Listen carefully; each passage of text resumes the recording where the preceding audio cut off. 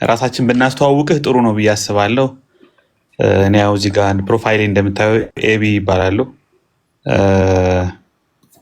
እሺ በቃ ቀጥሎ ሌሎቹ ያስተዋውቁ ራሳቸውን።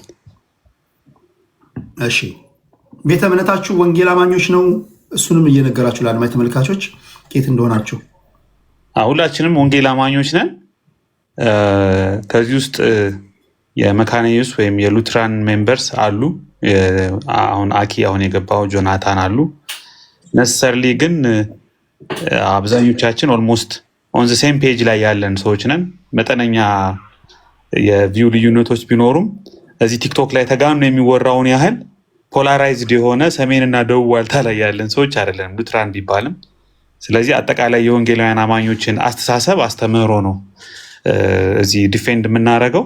ግን ደግሞ ሉትራን የሆኑ ደግሞ 2-3 ወንድሞች ደግሞ እዚህ አሉ።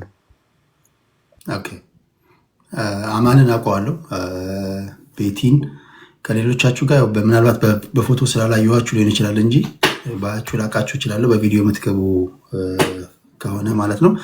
እንግዲህ አስቀድሜ እንደተናገርኩት ቀደም ሲል በተደረገው ትንታኔ ነው እናንተ መድረክ ለእኛ የሚመቻችልን ብላችሁ ነው እንግዲህ መድረክን የከፈትኩላችሁ። ቤቲ ያለች እዛ ጋ ቤቲ፣ እሷ ሞዴሬተር ሰጥቻታለሁ መግባት አለበት የምትለውን ሰው እያስገባች። በነገራችን ላይ ለሌሎቻችሁ የፊታችን ኦክቶበር 10 በሶሻል ሚዲያ ታሪክ ትልቅ ነገር ይፈጠራል።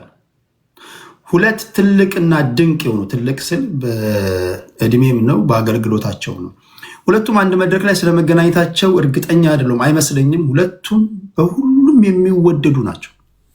በሁሉም ስል በኦርቶዶክስ በለው በአሕዛብ በለው በፕሮቴስታንት በሁሉም የሚወደዱ ሰዎች ናቸው። ትልቅ የዓለም ሕዝብ የሚያውቃቸው 2 የእግዚአብሔር ሰዎችን አንድ መድረክ ላይ አመጣቸዋለሁ። ማናቸው? እስከዛ እየገመታችሁ ትጠብቃላችሁ። ሁለቱም እዚህ ይመጣሉ፣ ይዘምራሉ፣ ቃል ያካፍሏቸዋል፣ ጥያቄ እንጠያየቃለን። ለእናንተ ምድል እየሰጠው ይሄ በጣም የሚገርም አጋጣሚ ነው የሚሆነው። ተጠይቋችኋላችሁ።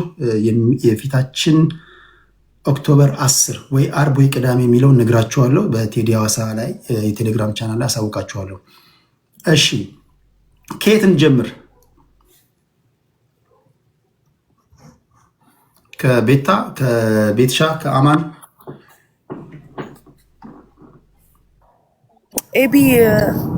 ኤቢ ማኔጅ ያደርጋል። ችግር የለም ቴዲሻይ። እሺ ራሳቸውን ያስተዋውቁና አማንም ራሱን ያስተዋውቁ። እድል ስጣቸው።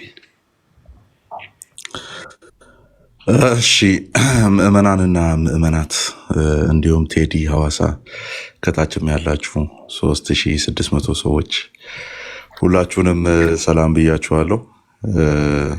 ዛሬ እንግዲህ አንድ ካውንተር የሆነ ፕሮግራም ነው ያለን። ባለፈው እዚህ ቤት ጥሩ ፕሮግራም ተደርጎ ነበር፣ በጨዋነት ላይ የተመሰረተ እንዲሁም ደስ የሚሆነውን ነገር ዲዛግሪ የምናደርግበትን ነገር ልናወራ መተናል ከወንድሞች ጋር። ጥሩ ጊዜ እናሳልፋለን ብለን እናስባለን። የተለመደውን ወንድማዊ እና ክርስቲያናዊ ጨዋነታችሁን አሳዩ። ወንጌላውያን አማኞች ጸጋና ሰላም ይብዛላችሁ።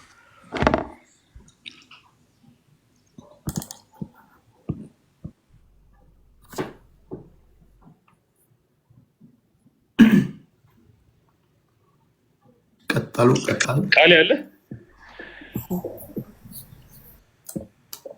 አሎ ሁላችሁንም ሰላም ብያለሁ። ጌታ ጸጋና ሰላም ከሁላችን ጋር ይሁን። ቴዲ ስላገኘው በጣም ደስ ብሎኛል። ይህንን እድልም ስላመቻቻለን ስለሰጠህን እናመሰግናለን። እግዚአብሔር ይባርክልን እንላለን። አማኒ እንዳለው ባለፈው የተደረጉ ነገሮች ነበሩ፣ የተደረጉ ፕሮግራሞች ነበሩ። በጣም እየተከታተል ነው ነበረ። በጣም በመልካም ሁኔታም ስታስተናግደው አይተናል እና ዛሬ ያንን ስላየን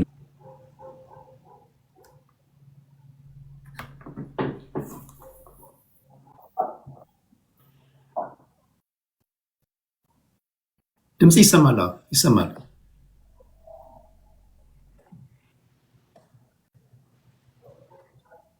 ተማሪዎች ሀሳባቸውን የሚያምኑበትን ነገር አርጊው ማድረጋቸው በጣም ጥሩ ነገር ነው።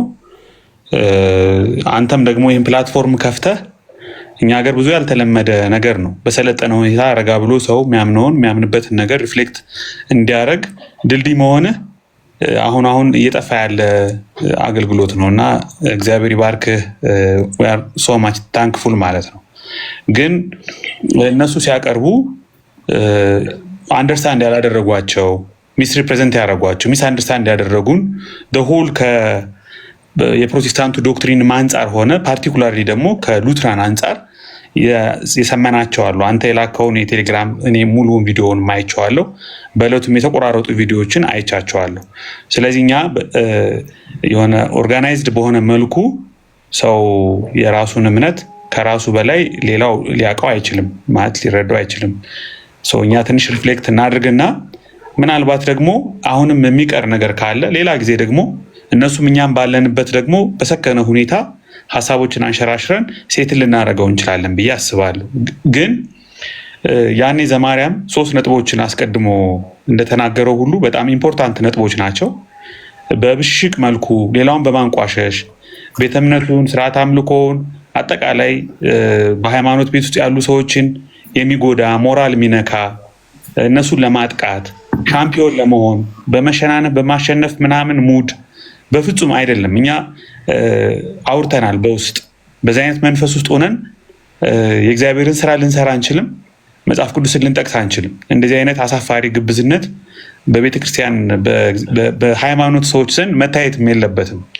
ምናምነውን ያመንበትን ምንኖርለትን የተረዳነውን የተማርነውን የምናውቀውን ነገር ነው ሪፍሌክት የምናደርገው። ከዛ ያለፈ ሌላ ተንኮልም ሌላ ኃይለ ቃልም መናገር አንፈልግም። የሚናገርም ሰው አይኖርም። ኦፌንሲቭም አንሆንም ልንሆንም አንችልም። በዛ በቅንነት ሰዎች ሉትራ እንደዚህ ነው የሚያምኑት፣ ፕሮቴስታንቶች እንደዚህ ነው የሚያምኑት፣ እንደዚህ ነው የሚረዱት የሚለውን ነገር ይውሰዱና አርጊው ያድርጉ። በዛ መልኩ ነው ያሰብነው። ምንድነው 3 አይነት ቅርጽ እንዲኖረው ነው የፈለግነው የዛሬው ውይይት። አንደኛው መጽሐፍ ቅዱሳዊ የሆነው አቋማችን ምንድን ነው፣ መጽሐፍ ቅዱሳዊ አስተምህሯችን ምን ይመስላል። ሁለተኛው ደግሞ በቸርች ሂስቶሪካሊ ፕሮቴስታንቱ እንዴት ነው ነገሩን አንደርስታንድ የሚያደርገው ከአባቶች ጋር በተያያዘ ማለት ነው። ሶስተኛው ደግሞ በሉትራን ቴዎሎጂ አይከን ቬነሬሽን ወይም ስዕል ማክበር፣ ለስዕል መስገድ ምናምን ምን አይነት እነሱ ካነሱት ነገር አንጻር ሪሊ ደግሞ ፎርማቲቭ የሆነው የሉትራን አስተምሮ ደግሞ ምን ይመስላል የሚለውን በ3 ፓርት ነው ልናቀርብ የምንችለው። ሆፕፉሊ 2 ሰዓት በማይሞላ ጊዜ ውስጥ ጨርሰን አንተም ወደ ሌላ ፕሮግራም ትሄዳለህ ብዬ አስባለሁ። በዚህ ከተስማማን እንቀጥላለን። እንግዲህ እድሉ ለአንተ ልስጥ ቴዲ። መቀጠል እንችላለን። ያስማማኛል። እሺ፣ እንኳን ደህና መጣችሁ በድጋሚ። ከታች ያላችሁ ታፕታፕ እያደረጋችሁ ትጠብቃላችሁ። መጨረሻ ላይ ግን ከሁለቱም ሰምታችሁ ከኢትዮጵያ ኦርቶዶክስ ተዋሕዶ ቤተክርስቲያን በስነ ምግባራቸው የታወቁ እኔ ራሴ ማቃቸውን ማምናቸውን እንዲሁም ደግሞ ከወንጌል አማኞች እንዲሁም ደግሞ አንድም እንደዚሁ መወያየት የሚፈልግ አንድ ትልቅ የእግዚአብሔር ሰው አለ። 3 ሰዎች ወይ 2 አድርገን በተነሱ ሀሳቦች ዙሪያ ላይ የሰከነ የበቃ ውይይት እናደርጋለን። ይህ ግርግር ምናምን ሳይሆን በመደማመጥ ላይ የተመሰረተ ከመጀመሪያው በአይነትም በይዘትም ለየት ያለ ነው። የመጀመሪያው ውይይት አይደለም። እኔ እንደዚህ አይነት ነገር አይመቸኝም። ለእናንተም ምቾት እንዳልሰጣችሁ አውቃለሁ። ጽድት ያለ ውይይት ግን እንደማደርግ ቃል እገባላችኋለሁ። ከመጀመሪያው በ100 እጥፍ የበለጠ የተረጋጋ ውይይት እና መጀመሪያ ግን ሁሉም በየተናጠል ማን ምን እንደሚል እሱን እንስማ፣ እናድመጥ። እናንተም እያደመጣችሁ ጥያቄ የሚፈጥርባችሁ ነገር ካለ መዝግባችሁ ያዙና የዛን ጊዜ ለመወያየት ስትመጡ የምታነሷቸው ይሆናል ማለት ነው። ማን ይጀምር? አማን መጥቷል። ኤቢ አንተው ትቀጥላለህ? አዎ እችላለሁ። አማን ኔትወርክ ጥሩ ነው። መጀመሪያ እኔና አማን መጽሐፍ ቅዱስ ላይ ያለውን አስተምሮ አጠር አድርገን እናቅርብና ከዛ ሌሎች ወንድሞች እህቶች የሚጨምሩበት ካለ ይቀጥላሉ። መነሻ እንዲሆነን ሉትራን ማለት ምን ማለት እንደሆነ ከዛ ጀምራችሁ ብትቀጥሉ ደስ ይለኛል። መድረኩ እናንተ። ኦልራይት እሺ፣ እንደዛ ከሆነ ለጆናታን እድል ስጠው። ሞር ጆናታን እሱ ላይ ቢናገር ደስ ይለኛል። ጆ አጠቃላይ ሉትራኒዝም ሂስቶሪካል የሆነውን ነገርም ኤክስፕሌን ብታደርግ ጥሩ ነው። ቆንጆ ሀሳብ ነው ቴዲ።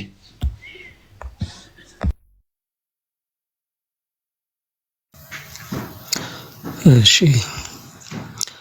እንግዲህ ሉተራን ብለን ስንናገር ወይ ደግሞ ሉትራንን ብለን ራሳችንን ስንጠራ የሆነ ድንገት በ16ኛው ሴንቸሪ ድንገት የመጣ በሪፎርመሮቹ አማካኝነት የተመሰረተ የሃይማኖት ተቋም አይደለም። መጀመሪያ ይሄ መታወቅ አለበት። እኛ ምንድነን ብለን ነው የምናስበው? ሪፎርምድ ካቶሊክ ነን ብለን ነው የምንናገረውም የምናስተምረውም። ከካቶሊክ ቤተክርስቲያን መስተካከል አለበት ብሎ ማርቲን ሉተር እንግዲህ እንደምታውቁት በ16ኛው መቶ ክፍለ ዘመን ብዙም ታሪኩን እንደዚህ ያክል በጣም አላሰፋውም። መስተካከል አለበት በዚህ ነገር ስተት ስላለ ይሄን ነገር ማረም አለባችሁ ብሎ ያነሳቸው አንዳንድ መጽሐፍ ቅዱሳዊና ታሪካዊ አርጊመንቶች አሉ እና ከዛ ተነስተው ተቃውሞውን አቅርቦ ነበረ።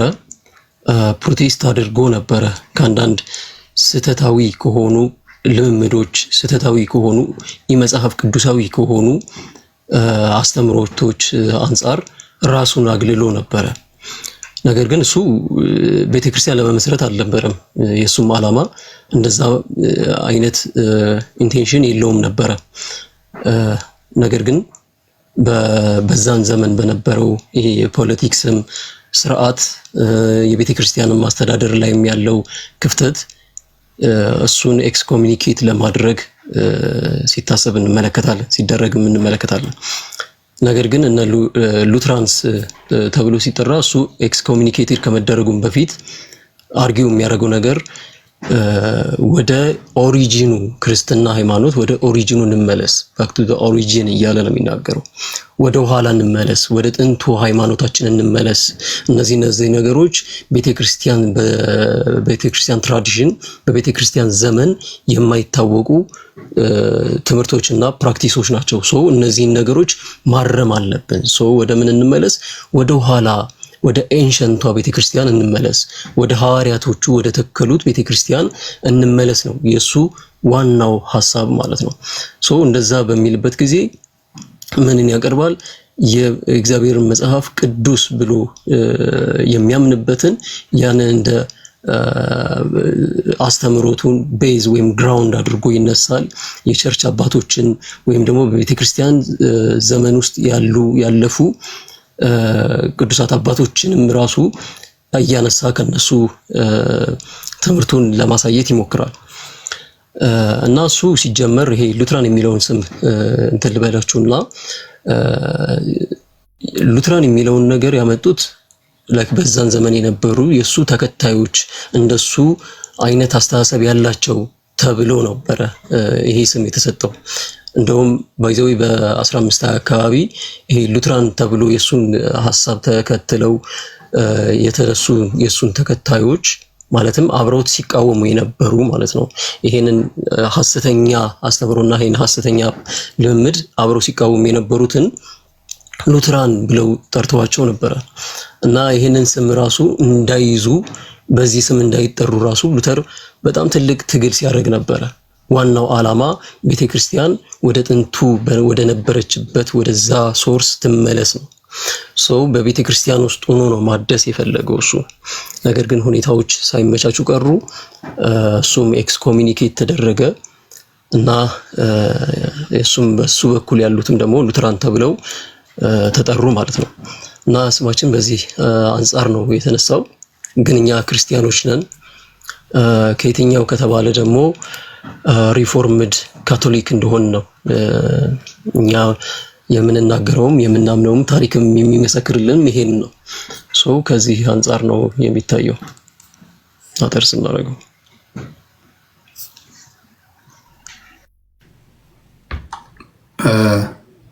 ጆናታን ከጨረሰ የተነሱ ነገሮች ላይ እናንተ አሁን ማስተካከያ መሰጠት አለበት የምትሏቸው ምንድን ናቸው? የኢትዮጵያ ኦርቶዶክስ ተዋሕዶ ቤተክርስቲያን መምህራን መጥተዋል፣ ሰምታችኋል። በእርግጠኝነት በደንብ ስለሰማችሁ ነው የመጣችሁትና ከሰማችሁት ትክክል ያልሆነው ወይም ደግሞ በተሳሳተ መንገድ ተናግረውታል የምትሉት የትኛው ነው?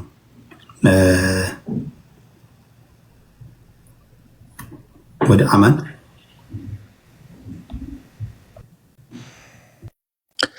እሺ፣ ይሰማል። ዳስ ናይስ። አሪፍ ጥያቄ ነው ቴዲሻ። የተነሱ ሀሳቦች ላይ ምናልባት ድጋሚ ልመለስባቸው እችላለሁ። መጽሐፍ ቅዱሳዊ ለማድረግ አይከን ቬነሬሽንም ማለት ነው ኦር ለስዕላት በኩል ለባለ ስዕሉ የሚደረግን ስግደት የሚለውን እሱን ለማጽደቅ የተጠቀሱ የመጽሐፍ ቅዱስ ክፍሎች አሉ። እኔ ያስኳቸው ወደ 8-9 ይጠጋሉ። ሌሎቹ የተደጋገሙ ናቸው እና ምናልባት አሁን ላይ 3-4 አነሳና ድጋሚ ታይም የሚኖረን ከሆነ እዛ ላይ እንሄድበታለን። ግን ብዙዎቹ ተጨፍልቆ ወደ አንድ ሀሳብ መጠጋት የሚችሉ ናቸው የተነሱ ሀሳቦች። ፕሮቴስታንቶች የእኛን የአይከን ቬነሬሽንን ለመቃወም የሚጠቀሙት የመጽሐፍ ቅዱስ ክፍል ዘጸአት ምዕራፍ 20 ቁጥር 4 ነው። በላይ በሰማይ በታች በምድር ከምድርን በታች በማንኛውም ምሳሌ ያለውን ነገር ለራስህ አትቅረጽ፣ አታምልካቸው፣ አትስገድላቸው የሚለውን ነው የሚል ነው እና ያ ክፍል እኛን ሪፊት ሊያደርግ እንደሚችል ተጠቅሷል። ታች ወርዶ ከጭቃ መሰዊያን ስራ፣ ኪሩቤሎችን አዘጋጅ፣ ጥልፍ አዘጋጅ የሚሉ ክፍሎችን ይጋጫል የሚል ቴዎሎጂካል ሀሳብ በወንድማችን ዘማርያም እና በወንድማችን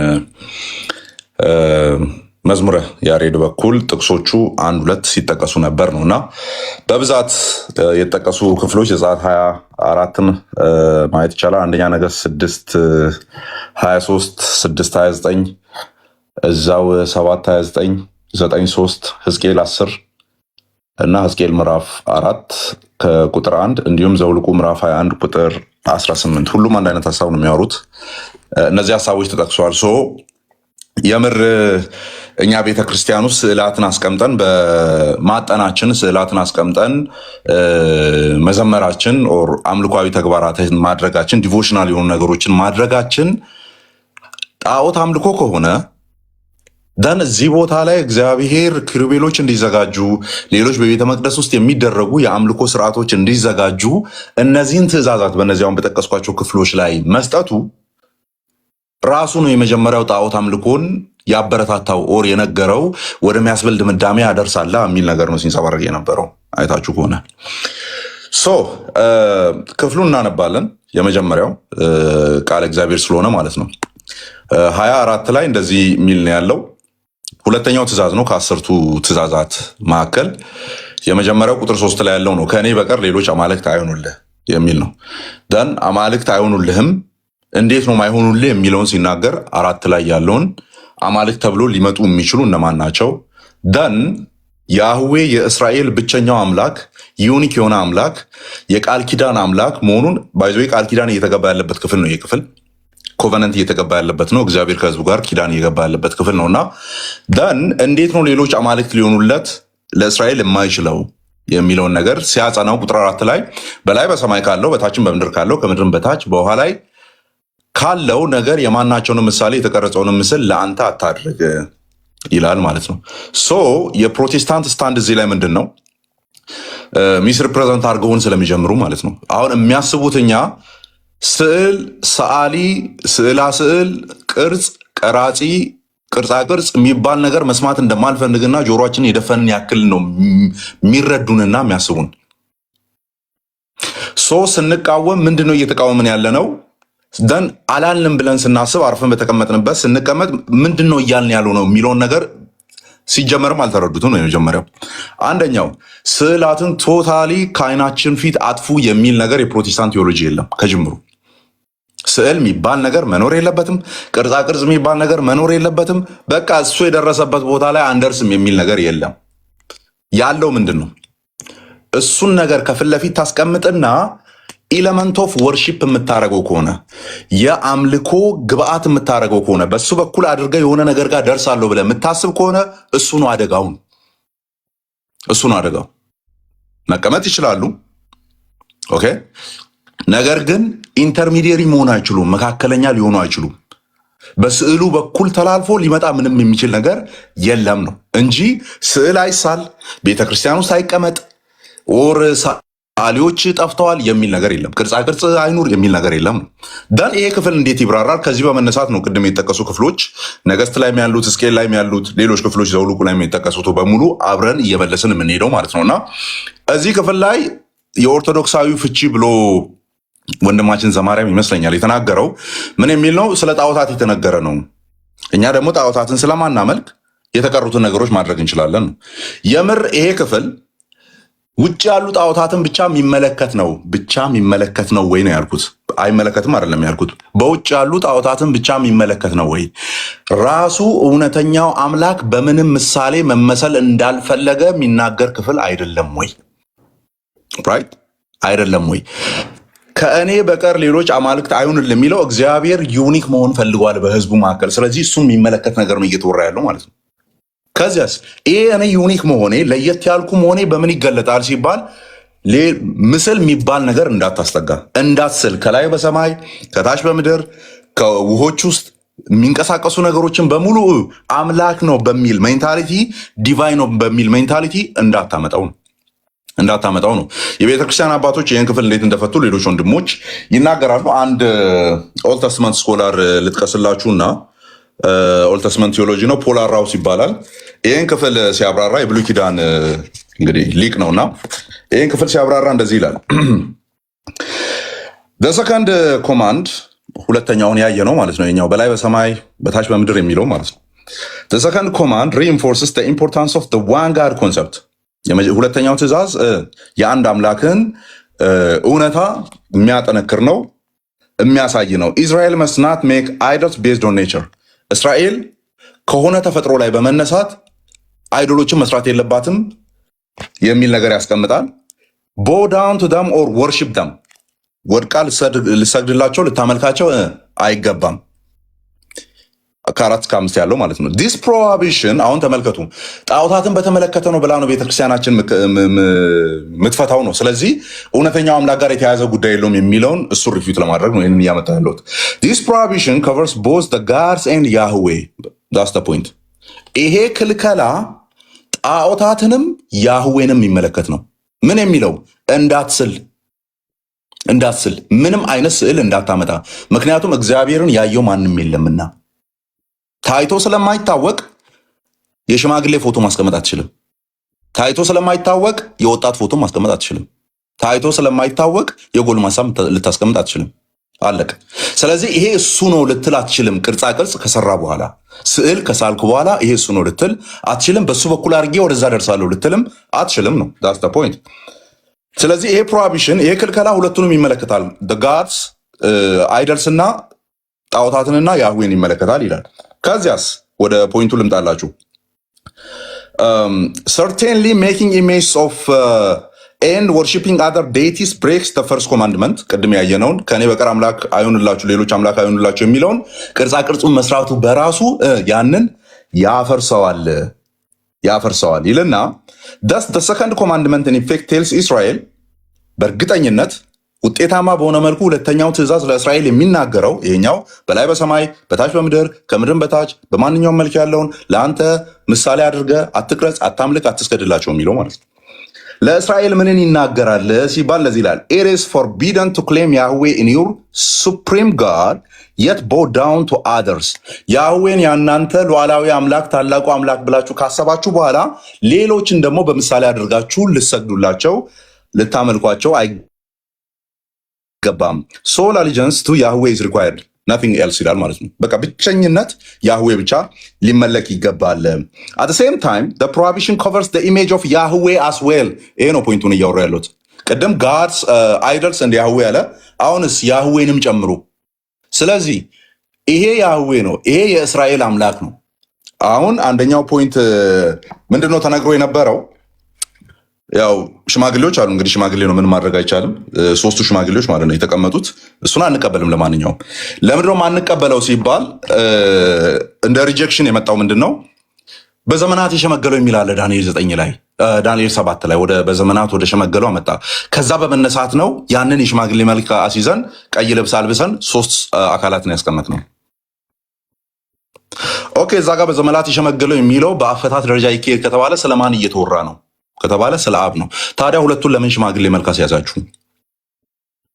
ምን ወልድም ሽማግሌ መልክ ያለው ነው? አካላቱን ለማሳየት ነው 3 መሆናቸውን። ታዲያ ለምንድን ነው በመልክ እንደዛ ያስቀመጣችሁት? ለምን ያስቀምጣችሁት? ደን እዚህ ክፍል ላይ ያለው ፕሮሃቢሽን ምንድነው? ያህዌንም ሆነ ሌሎችን ምስል ሰርታችሁ ቅርጽ ሰርታችሁ እንዳታመልኩ የሚል ነው። ደን ሁለተኛውን ሪንፎርስ ላድርግና ሌሎች ወንድሞቼ ልስጥ። እግዚአብሔር እዚህ ክፍል ላይ የከለከለውን ነገር የሚጣረስ ነገር ነው ወይ የተናገረው? ስለ ኪሩቤል ስለ ሌሎቹ ቅርጻ ቅርጾች በተበርናክል ውስጥ ወይም በአይሁድ ምኩራብ ውስጥ ለሚደረገው የአምልኮ ስርዓት ይህንን አድርግ፣ ታቦቱ እንደዚህ ቅረጽ፣ ኪሩቤሉን ላይ በግራና በቀኝ አስቀምጥ፣ እንዲሸፍኑ አድርገ ቅረጻቸው አይደለ? እንደዚህ ያለው ነገር ይሄኛውን ይቃወመዋል ወይ ነው? አሁን ፋንዳሜንታሊ ወንድሞቻችን የተሳሳቱት እዚህ ክፍል ላይ እየተነገረ ያለው ከእኔ በቀር ብሎ ያህዌን ሶል አይደንቲቲ ያለው የሚመለክ ብቸኛው አምላክ መሆኑን ክሊር አድርጎ ቁጥር 3 ላይ ከነገረ በኋላ ሌሎችን እንደምስሉ እኔንም መሳል አትችሉም ነው ፖይንቱ፣ አለቀ። ስለዚህ ኪሩቤል እግዚአብሔር ነው ወይ ነው? ኪሩቤልን ሳሉ ቅረጹ ስላለ ወይም በጥልፍ አስቀምጡ ስላለ ኪሩቤል እግዚአብሔር ነው ወይ? አይደለም። ስለዚህ እግዚአብሔር ምዕራፍ 20 ላይ የተናገረውን ነገር ረስቶ አይደለም ታች ወርዶ ከጭቃ መሰዊያ ስሩ ያለው። ምክንያቱም መሰዊያው እግዚአብሔር አይደለም፣ ኪሩቤሉ እግዚአብሔር አይደለም። ኦኬ፣ ጥልፍ ላይ የሚሰሩት እግዚአብሔር አይደሉም፣ የማጠኛ እቃዎቹ እግዚአብሔር አይደሉም። በአጭሩ ይሄንን አድርግ፣ ይሄንን ስራ ተብሎ የተነገሩት ምን በሚል ዴፊኒሽን ነው እዚህ ቤት ሊነገር የተፈለገው? ይሄው ቅርጻ ቅርጽ እኮ እግዚአብሔር ፈቅዷል። ስለዚህ ሚካኤል ብዬ አንድ ፎቶ ማስቀመጥ እችላለሁ ነው ሲነገር የነበረው።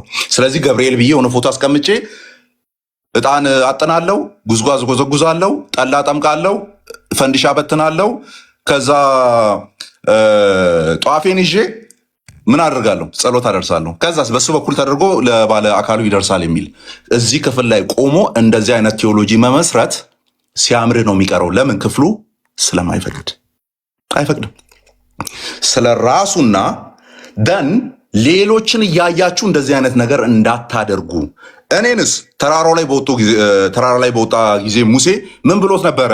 እግዚአብሔር መልክን አላየህምና አይደለ? መልክን አላየህም፣ እግዚአብሔርን አይተውታል ይላል። ደን ኤግዛክትሊ ሂዝ ኢሜጅን አላዩትም ነው። ስለዚህ ምን በል? ተጠንቀቅ።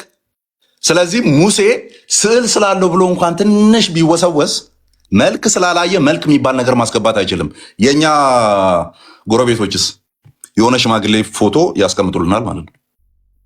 ከዛ ምን ላይ ቆማችሁን አርጊው የምታደርጉት? ዳንኤል ምዕራፍ 7 ላይ ሲጀመር ዳንኤል 7 ላይ በዘመናት የሸመገለው የሚለው ጀስቸር ነው ወይ የሚናገረው? የሆነ የሸመገለ ሰውዬ ነው ወይ የሚናገረው? አይደለም። ጥንቱ ማለት ነው። ዘላለማዊው ማለት ነው። ኦኬ ኢተርናል ዋን ማለት ነው ትርጉሙ እንጂ በሆነ ፊዚካል እንትን የሸመገለ ፀጉሩ በዚህ ጋር ወርዶ ሽበት በሽበት የሆነ ፂሙም ፀጉሩም ሽበት የሆነ ማለት አይደለም። ይሄ ማን ያጣዋል? ሕፃን ልጅ አያጣውም እኮ ይህንን እያነበበ ማለት ምን ማለት እንደሆነ። ኦኬ እዛ ክፍል ላይ ሲጀመር ስዕል ሳሉ የሚል ትእዛዝም የለም።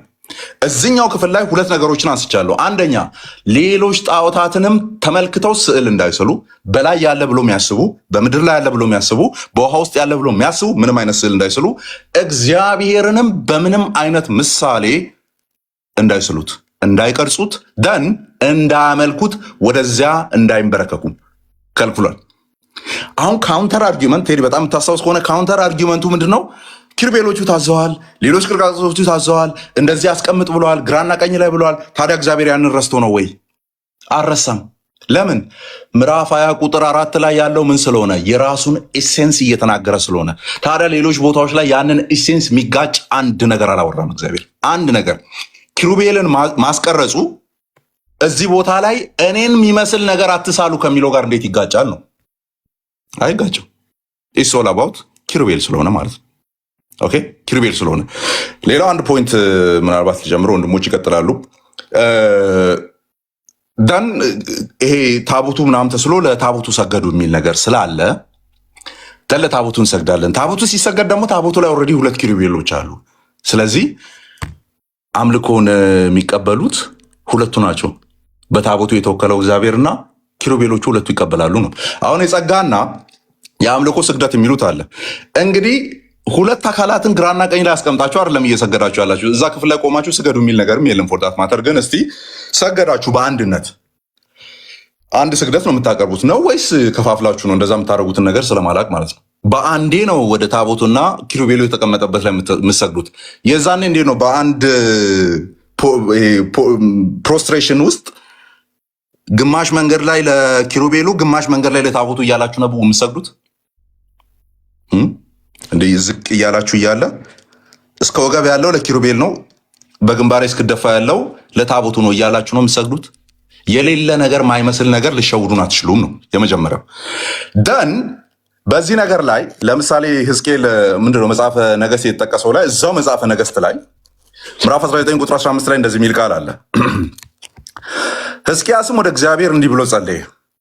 በኪሩቤል ላይ የምትቀመጥ ያንን ለማሳየት ነው። በዚህ ታቦቱ ላይ ኪሩቤሉ ያለው ማለት ነው። በኪሩቤል ላይ የምትቀመጥ የእስራኤል አምላክ አቤቱ አንተ ብቻህን የምድር ነገስታት ሁሉ አምላክ ነህ፣ ሰማይን ምድርን ፈጥረሃልና። ተመልከት፣ አሁን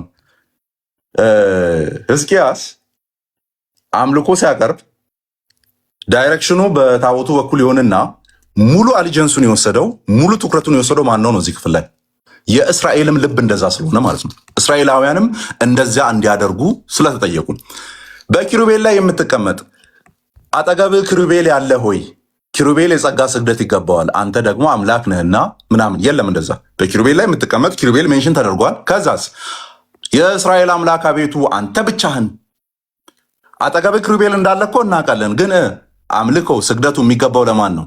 ለኪሩቤል ሳይሆን በኪሩቤል ላይ ለሚቀመጠው ለእስራኤል አምላክ አንተ ብቻህን የምድር ነገስታት ሁሉ አምላክ ነህ፣ ሰማይና ምድርን ፈጥረሃልና ይላል። እችን ምሳሌ ልጨምርና በ30 ሰከንድ ውስጥ ልጨርስ። አይሚን 30 ሰከንድ ስል በሰማያዊ አምልኮ ላይ መጽሐፍ ቅዱሳችን እንደምናውቀው ኪሩቤሎች ዙፋኑን ከበዋል ይላል አይደለ? ኢሳያስ 6 ላይም አለ፣ ሌሎች ክፍሎች ላይም አለ። ኦኬ ኪሩቤሎች የእግዚአብሔርን ዙፋን ከበዋል። ደን ሌሎች የመላእክት ግሩፕ አሉ፣ አምልኮ የሚያቀርቡ ፊታቸውን ሸፍነው ቅዱስ ቅዱስ ቅዱስ እያሉ የሚጮሁ አይደለ? መድረኩን ያናወጡ የተባለው ኢሳያስ 6 ላይ ሌሎች የመላእክት ግሩፖች እግዚአብሔርን ያመልካሉ። ኪሩቤል በእግዚአብሔር ዙፋን አጠገብ ነው ያለውና ሌሎች መላእክት አንድ ላይ፣ ምክንያቱም ታቦቱ ላይ ኪሩቤሉ ስላለ በሰማያዊ ስፍራ ደግሞ የዛ ሪፍሌክሽን ስለሆነ ማለት ነው። በዙፋኑ ዘንድ ኪሩቤሎች ስላሉ ሌሎቹ መላእክት ኪሩቤሉንና እግዚአብሔርን አንድ ላይ ዝቅ ብሎ እያመለኩ ያሉት ለፍጥሩና ለፈጣሪ የሚሆን ስግደት ነው ላይኛው ቤት ላይ እየቀረበ ያለው አይሆንም። ሕዝቅያስ ነግሮናል። በኪሩቤል ላይ የሚቀመጥ የእስራኤል ገዢ የሆንክ አንተ ብቻ ልትመለክ ይገባል ብሏልና። ኢቨን እንደዛ የአምልኮ ስርዓቱ ቢሆን እንኳን አምልኮ ብቻውን የሚሄደው አጠገቡ የከበቡትን ፍጡራንን ያማከለ ሳይሆን እግዚአብሔርንና እግዚአብሔርን ያማከለ ብቻ ነው።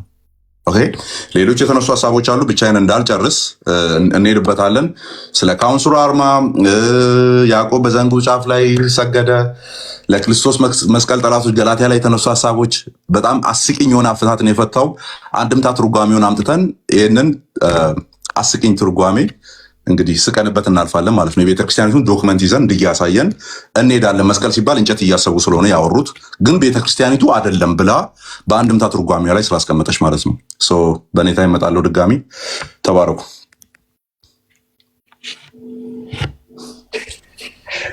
ቴዲ አማን ያላነሳቸው 2 ነጥቦች ልጨምርና በታሪክ ውስጥ ደግሞ ስዕልን በተመለከተ ምን ማስረጃ አለ የሚለው ወንድሞች ይናገራሉ። እሺ ይህንን ቪዲዮ ልክፈትላችሁ፣ ምናልባት ያላያችሁት ካላችሁ። ኤቢ ታብታብ አድርጎ ነው ያለው። እሺ ሌላ ነገር አይደለም። ነው እንዴ?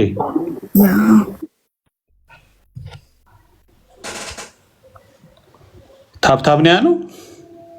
ታብታብ አድርጉ። አይ ታብታብ አድርጉ እንዲህ ስል ታብታብ አድርጉ ማለት ነው።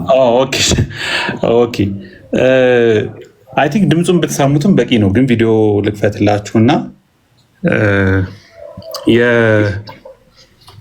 የዘማርያም ሲናገር ዘውልቁ 21 ላይ ያለውን አዛዡ ማን ነው? እግዚአብሔር ነው። ብትሰቀል ጥሩ ነው፣ ስቀል። ከዛ ቁጥር 9 ላይ ሙሴም የናሱን እባብ ሰርቶ በዓላማ ላይ ሰቀለ፣ እባብም የነደፈችው ሰው ሁሉ የናሱን እባብ ባየ ጊዜ ዳነ። አሁን ርዕሳችን ማናቸውም የተቀረጸ ምስል ለአንተ አታድርግ እያለ እባብ ሰርቶ ለምን ተሰቀለ? ይህ የኢየሱስ ክርስቶስ ምሳሌ ነው። ሙሴ በዓላማው ላይ እባብን እንደሰቀለ የሰው ሊሰቀል ይገባዋል ብሎ ይሄ መርገፉ ለማን ነው? አማናዊነቱ ለክርስቶስ መስቀል ሰው ነው። አሁን ምሳሌያችን ምንድን ነው? ለምን እግዚአብሔር አምላክ የናሱ እባብ እንዲሰራ አዘዘ? ጣዖት ከሆነ ነው። አጭር ቃል። እሺ ወንድማችን ዘማርያም የናሱ እባብ መሰቀሉ ስዕል መጽሐፍ ቅዱሳዊ እንደሆነና እግዚአብሔር የሚጠቀምበት በስዕል በኩል የእግዚአብሔር ማዳን የምንቀበልበት ነገር እንደሆነ የእባቡ መሰቀል የዘኍልቍ 21ን አንስቷል። በተመሳሳይ ግን እባቡ መሰቀሉ ዋን ታይም ለአንዴ እግዚአብሔር ታምራዊ በሆነ መንገድ የሚጠቀምበት የማዳኛ መንገድ እንደሆነ እንጂ ስዕልን ማስተማሪያ ሰዎች ስዕል ስለው ቅርጽ ቀርጸው ያንን እያዩ እየሰገዱ ያመለኩ ድነትን እንደሚያገኙ መመሪያ የሚሰጥ ነገር በፍጹም አይደለም። እንደዛ ቢሆን ኖሮ ይሄንኑ ራሱ የናሱን እባብ እስራኤላውያን አቆይተውት ይዘውት ቆይተው የተወሰነ የማክበር የማጠን አይነት ዝንባሌ ሲያሳዩ በሕዝቅያስ ዘመን ኤክስትሪምሊ እግዚአብሔር ተቆጥቶ ይህንን ጥቅስ ላንብብላችሁ፣ ምናልባት ይነበባችሁ ከሆነ ሁለተኛ ነገሥት ምዕራፍ 18 ቁጥር 4 ላይ እንደዚህ ይላል።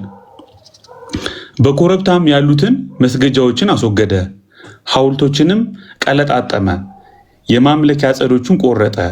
የእስራኤልም ልጆች እስከዚህ ዘመን ድረስ ያጥኑለት ነበርና ሙሴ የሰራውን የናሱን እባብ ሰባበረ ይላል። አሁን ቴንደንሲው ይሄ ነው። ያንን ሙሴ የሰራውን የናሱን እባብ የማጠንና ወደ አምልኳዊ ወደ ቬነሬሽን ሲቀይሩት ግን ሕዝቅያስም ጓ አለ፣ እግዚአብሔር ይሄን ነገር እንዲወገድ አዘዘ ማለት ነው።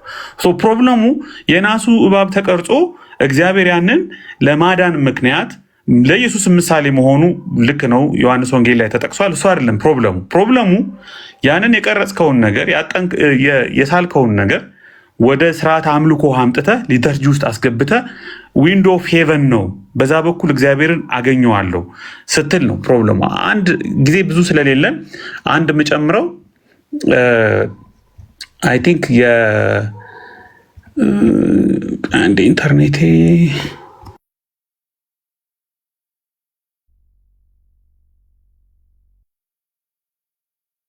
ገላትያ መጽሐፍን ጠቅሰው ቆይ ልክፈትላችሁ።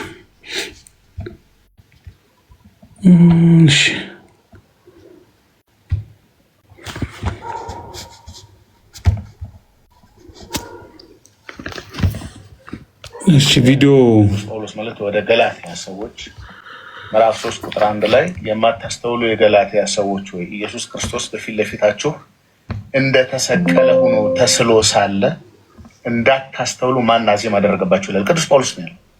እንደተሰቀለ ሆኖ ተስሎ ሳለ እንዳታስተውሉ ማን አዜም አደረገባችሁ ይላል። በፔሬ ይባል ቅዱስ ቁጥር 1 ላይ በደንብ ስሙት በድጋሚ በፊት ለፊታችሁ እንደተሰቀለ ሆኖ ተስሎ ሳለ እንዳታስተውሉ ማን አዜም አደረገባችሁ ይላል ቅዱስ ጳውሎስ ነው። ተመልከቱ። ቀሲስ ኪሮስ እያሉ ያሉት በገላትያ ምዕራፍ 3 ላይ ጳውሎስ ኢየሱስ ክርስቶስ በዓይናችሁ ፊት እንደተሰቀለ ሆኖ ተስሎ ነበር ብሎ ጳውሎስ ለገላትያ ሰዎች ተናግሯል። ስለዚህ ይሄንን ስዕልን የሚመለከት ነገር ነው። ስዕልን ለማስተማር ሰው ቤተክርስቲያን ላይ ስዕል ስሎ ወይም ደግሞ ቤቱ ስዕል ስሎ ለዛ ስዕል ወደዛ ስዕል እንዲጸልይ ወይም ደግሞ ወደዛ ስዕል እንዲያመልክ መዝሙር እንዲዘምር እንዲያጥን ሽቶ እንዲረጭ በዛ በኩል እግዚአብሔርን ወይም ደግሞ ቅዱሳንን ኮሚኒኬት ሊያደርግ እንደሚችል የማስተማሪያ ማስረጃ ነው ብሎ እያቀረበ ነው። ቀጥለው የተናገሩት ስሙ ተስሎ ሳለ እንዳታስተውሉ ማን አዜም አደረገባችሁ በፔሬ ይባል ቅዱስ ጳውሎስ ለገላትያ ማለት ነው። በገላትያ ነው። ስለዚህ በዓይናችሁ ፊት ነው ያለው።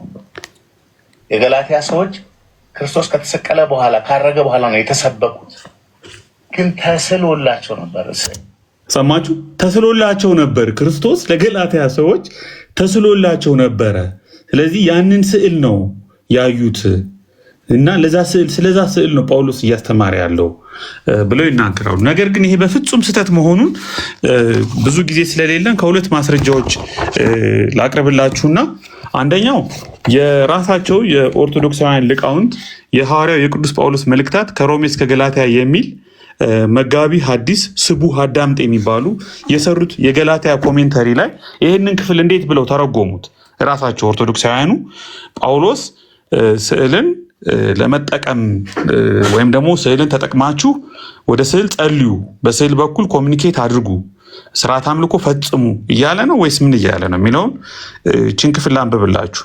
የማታስተውሉ የገላትያ ሰዎች ሆይ በዓይናችሁ ፊት ኢየሱስ ክርስቶስ እንደተሰቀለ ሆኖ ተስሎ ነበር፣ መስቀሉን በዓይነ ልቦናችሁ አይታችሁታል፣ በውስጣችሁ ተስሏል ይላል።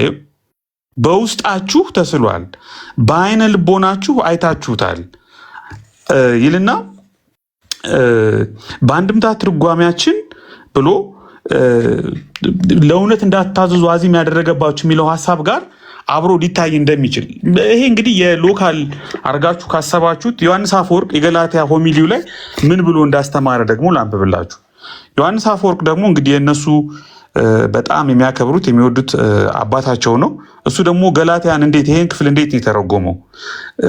በዓይናችሁ ፊት ኢየሱስ ክርስቶስ እንደተሰቀለ ሆኖ ተስሎ ነበር የሚለውን ቁጥር ነገር ግን በገላትያ አልተሰቀለም በኢየሩሳሌም እንጂ በፊታችሁ ያለበት ምክንያት እምነት በርቀት ያሉ ክስተቶችን ለማየት ያለውን ኃይል ለመግለጽ ነው። ተሰቅሎ አላለም ይልና በእምነት ዓይን በቦታው ከነበሩ ተመልካቾች በላይ በግልጽ እንዳዩ ሲያመለክት እንደተሰቀለ ሆኖ ተስሎ አለ እንጂ ይላል። ምን ማለት ነው? በእምነት ዓይን የሚታይ ነገር ነው። በቦታው ያልነበረ ሰው ያንን ነገር በእምነት ዓይን ሊረዳው በሚችል መልኩ ጳውሎስ ሲያስረዳ ነው። ስለዚህ የቀረቡት ማስረጃዎች በሙሉ በፍጹም መጽሐፍ ቅዱሳዊ መሰረት የሌላቸው ክርክሩን ለማሸነፍ በሚመስል መልኩ ደካማ የሆኑ በፍጹም ከአውዱ ጋርም ኢቭን በቤተክርስቲያን አባቶችም ኢቭን በእነሱ ምሁራንም ዘንድ በጭራሽ ተቀባይነት የሌላቸውን ማስረጃዎች ነው ይዘው የመጡት። አማን አንድ ቀረኝ እያለ 3 ጊዜ እንደተናገረው እኔም አንድ ልጨምርና ሰዓት ለመቆጠብ እንትን እላለሁ። ዘዳግም ምዕራፍ 4 ላይ ከቁጥር 12 ጀምሮ ብታነቡት ብዙ ነገር ታገኙበታላችሁ። ግን ቁጥር 15 ላይ እግዚአብሔር በኮሬብ በእሳት ውስጥ ሆኖ በተናገራችሁ ጊዜ መልክ ከቶ አላያችሁምና እጅግ ተጠንቀቁ ይላል። ዘዳግም ምዕራፍ 4 ቁጥር 15። አሁን እዚህ ጋር አንድ ቬሪ ኢምፖርታንት ፖይንት አለ። በግሪክ አይከን ማለት ነው፣ በቃ ኤኮን ማለት ነው። ኤኮን አይከን ማለት ነው። እዚህም ጋር መልክ የሚለው ቃል ተመሳሳይ ነገር ነው እየተናገረ ያለው። ሴፕቱአጅንቱን ወይም ሰባው ሊቃናትን ብናየው ተመሳሳይ ሀሳቦች እናገኛለን። እግዚአብሔር በኮሬብ በእሳት ውስጥ ሆኖ በተናገራችሁ ጊዜ መልክ አላያችሁም ሲል ሪቶሪካሊ ምን እያለ ነው? እግዚአብሔርን ለመሳል እንዳትሞክሩ፣ ለመቅረጽ እንዳትሞክሩ። ለምን? በእስራኤል ዘንድ በጥብቅ እግዚአብሔር አጥብቆ ሲያወግዙ የነበረው ነገር የጣዖት አምልኮ ልምድ ነው። ዙሪያውን የከበባቸው ሕዝብ በጣዖት አምልኮ የሚፈተን ሕዝብ ነው። እስራኤልም ለብዙ ዓመታት ሲፈተን የነበረው ከጣዖት አምልኮ ጋር ተያይዞ ነው። መጨረሻም ለምርኮ የተዳረጉት በጣዖት አምልኮ ፈተናው ስለወደቁ ነው። ከእግዚአብሔር ውጭ ሌሎች አማልክትን ስላስጠጉ ነው። አሁን ይሄ የኦርቶዶክስን እንትን አርጊመንት አይኛ ጣዖት ሌላ ነው፣ ቅድማማ እንዳለው ይሄ ጣዖት የሚመለከት አይደለም፣ እኛ ጣዖታትን አለ ምናምን የስ እናውቃለን። ግን እዚህ ጋር ግን ክሊር የሆነ ዲስቲንክሽን የለም። ይሄኛው ለአሕዛብ ጣዖታት ነው፣ እኛ ግን ለምንፈልጋቸው ቅዱሳን ለምንላቸው ሰዎች ስዕል እየሳልን ቅርጽ እየቀረጽን ኢቭን እግዚአብሔርንም አብንም ወልድንም መንፈስ ቅዱስንም ስዕል እየሳልን ቨነሬት እናረጋለን። እንግዲህ ዲስቲንክሽኑ ቅድም አማን በደንብ አስቀምጦታል። ማለት ኮምፕሊትሊ ይሄ የሪሊጂየስ አርት ወርኮችን ጀነራል የሆኑ የአርት ስራዎችን ለምሳሌ ኢትዮጵያ ውስጥ እንኳን የምናደንቃቸው እንደነ ገብረ ክርስቶስ ደስታ አይነት ድንቅ ሰዓሊያን አሉ። ስቅለትን በደም ብቻ ስሎ በሚገርም ሁኔታ ጥልቅ የሆነ ቴዎሎጂካል ሀሳቦችን ያስተላለፉ። እኔ ቲክቶክ ውስጥ ብትገቡ ዋልታ ቲቪ ላይ የቀረበው ማየት ትችላላችሁ። በጣም የሚገርም ስዕል ነው። ገብረ ክርስቶስ ደስታ የኢየሱስ ክርስቶስ ስቅለት በደም ብቻና በጥቁር ከለር የሰራው። እነ ሊዮናርዶ ዳቪንቺ ላስት ሳፐርን ስለዋል። እና አንድሬ ሩብኔቭ ሆሊ ትሪኒቲን ፔሪኮርስ ስለዋል። ይሄንን የሚቃወም ሰው የለም። ስዕልም ዝም ብሎ ኢንጀነራል የመቃወም ነገር አይደለም። የእኛ ፖይንት ኦፍ ዲፓርቸራችን ምንድን ነው? ቬነሬሽን ነው፣ ወርሺፕ ነው። ያንን ስዕል ስፔሲፊካሊ ከዛ ስዕል ጋር ኮሚኒኬት አድርገ እንደ ዊንዶ ኦፍ ሄቨን ዊንዶ ኦፍ ኮሚኒኬሽን ተጠቅመበት እግዚአብሔርን አገኘዋለሁ ስትል ነው ችግሩ። ያንን ስዕል ስትሰግድለት ነው። ያንን ስዕል ስትስመው ነው። ወደዛ ስዕል ስትጸልይ ነው። ስታጥን፣ ሻማ ስታበራ፣ ሽቶ ስትቀባ ነው። ያ አክቹዋሊ አንተ ጣዖት እያመለክ እንደሆነ ባታስብም ባታምንም፣ ቴንደንሲው ግን ፈተናው ግን እግዚአብሔርን በሌሎች ምስሎች መስለ እግዚአብሔርን በዛ መልኩ ዲፒክት አድርገ ራስህን ኢንቪዚብል የሆነውን ዩኒክ የሆነውን እግዚአብሔር ባህሪ እግዚአብሔር ራሱ በባህሪው የማይታይ አምላክ ነው። የሚያመልኩትን በእውነትና በመንፈስ እንዲያመልኩት ነው የሚፈልገው እንጂ በተለየ ሁኔታ የሆነ ፒክቸር፣ የሆነ ኢሜጅ፣ የሆነ ስታቲዩ ስካልፕቸር አስቀምጠህ ወደዛ ስካልፕቸር ሄደህ እንድትጸልይና በዛ በኩል ያንን ቅዱስ ወይም እግዚአብሔርን አገኘዋለሁ ብለህ እንድትሞክር በፍጹም መጽሐፍ ቅዱሳዊ ትእዛዝ አይደለም። ሌሎች ሀሳቦችን በኋላ ጊዜ ካገኘን እንጨምራለን። አይ ቲንክ ወደነ ቃሌ እንሂድና ሂስቶሪካል የሆነውን ነገር እነሱ ካቀረቡ በኋላ ጆናታንና አኪ ደግሞ እነ ኤርሚ የሉትራንንም ሂስቶሪካል ያለውን ነገርም ይናገራሉ። መጽሐፍ ቅዱሳዊ የሆነው ነገር ላይ የምትጨምሩት ነገር ካለም ወንድሞች ትችላላችሁ።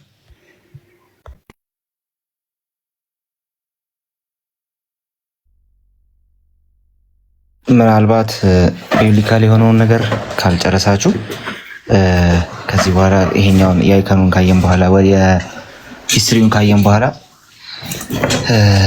ከምንመለስ አማኒ ወይ ደግሞ ኤቢ የቀራችሁ ነገር ካለ ግን ትንሽ ደቂቃ ውሰዱ ከኔ።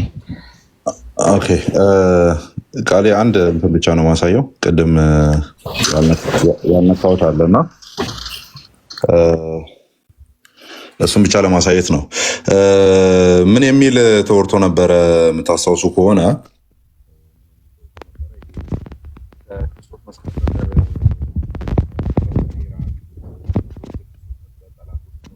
የሚሉ ቁጥሮች መስቀል ቅርጽ ያለው መስቀል እየተወራ ያለው የሚል ነበረ ዘማርያም ህዝቡን ሲሰብክ የነበረው የምታስታውሱ ከሆነ አንደኛው ገላትያ ላይ ያለው ነው፣ 6:14 ላይ ያለው ነው። ሌላውም ታይም እንዳንወስድ በጣም ረጅም ደቂቃ ስላወራን ቃል አንተ ካወራ በኋላ ሄዳለው ፊልጵስዩስ ላይ ያለው የክርስቶስ መስቀል ጠላቶች የሚለውን መስቀል የሚለውን እንጨቱን አድርጎ ከዛ በኋላ የእሱ ጠላቶች አድርጎ ነው የፈታው። ሲፈታ ቪዲዮ ላይ ታችሁ ከሆነ እዚህ ጋር ቅድም ኤቤ የተጠቀመውን መጽሐፍ ነው የምጠቀመው።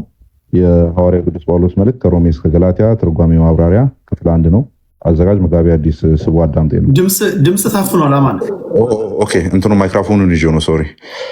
እና መጋቢ አዲስ ስቡ አዳምጤ ነው። የሰዋስወ ብርሃን ቅዱስ ጳውሎስ መንፈሳዊ ኮሌጅ አዲስ ኪዳን ትርጓሜ መምህር የ2014 ነው። እሺ ዳን ገላትያ 6:14 ሲፈቱ ገላትያ 6:14 ሲፈቱ እንደዚህ አስቀምጠዋል። ይሄ ነው 6:14 የጌታችን የኢየሱስ ክርስቶስ መስቀል በቀር ሌላ ትምክህት ከኔ ይራቅ የሚለውን ዘማርያም ከእንጨቱ ፎከስ አድርጎ እንጨቱ ላይ ነው ሊያወራ የፈለገው ራይት ምስለ መስቀሉ እያለ ማለት ነው። ዳን ምን ይላል እዚህ ጋር እዚህ አዲስ ኪዳን መምህር የሆነው ከጌታችን ከኢየሱስ ክርስቶስ መስቀል በቀር ሌላ ትምክህት ከኔ ይራቅ ቁጥር 14 ላይ ስለ ኢየሱስ ክርስቶስ በሚቀበለው መከራ እንጨት አይደለም መከራ ነው እንጂ በሌላ አልመካም ወይም በእንጨቱ አልመካም አይደለም ያለው። አያችሁ፣ ስለ ኢየሱስ ክርስቶስ በሚቀበለው መከራ ነው እንጂ በሌላ አልመካም፣ ነገር ግን የሚመካ በእግዚአብሔር ይመካ። ይሄ ክፍል የሚፈታው አንደኛ ቆሮንቶስ ምዕራፍ 1 ቁጥር 30፣ ኤርምያስ 9:23፣ አንደኛ ቆሮንቶስ 2:2 እንዲል። ስለዚህ ይህን ክፍል የምታብራራው ስለ እንጨት በማውራት ስለ ግማደ መስቀል ስለ ሌላ ነገር በማውራት ሳይሆን ስለ ክርስቶስ በምትቀበለው መከራ አድርገ በመፍታት ነው። አስቂኙን ደግሞ በኋላ እንመጣበታለን። የመስቀሉ ጠላቶች ሆነው ተነስተዋል የሚለውን እንግዲህ ከእንጨት ጋር እያይዞ ነበር እሱም የፈታው። የመዝሙርን እመጣላችኋለሁ በኋላ። ቃል ይቀጥል።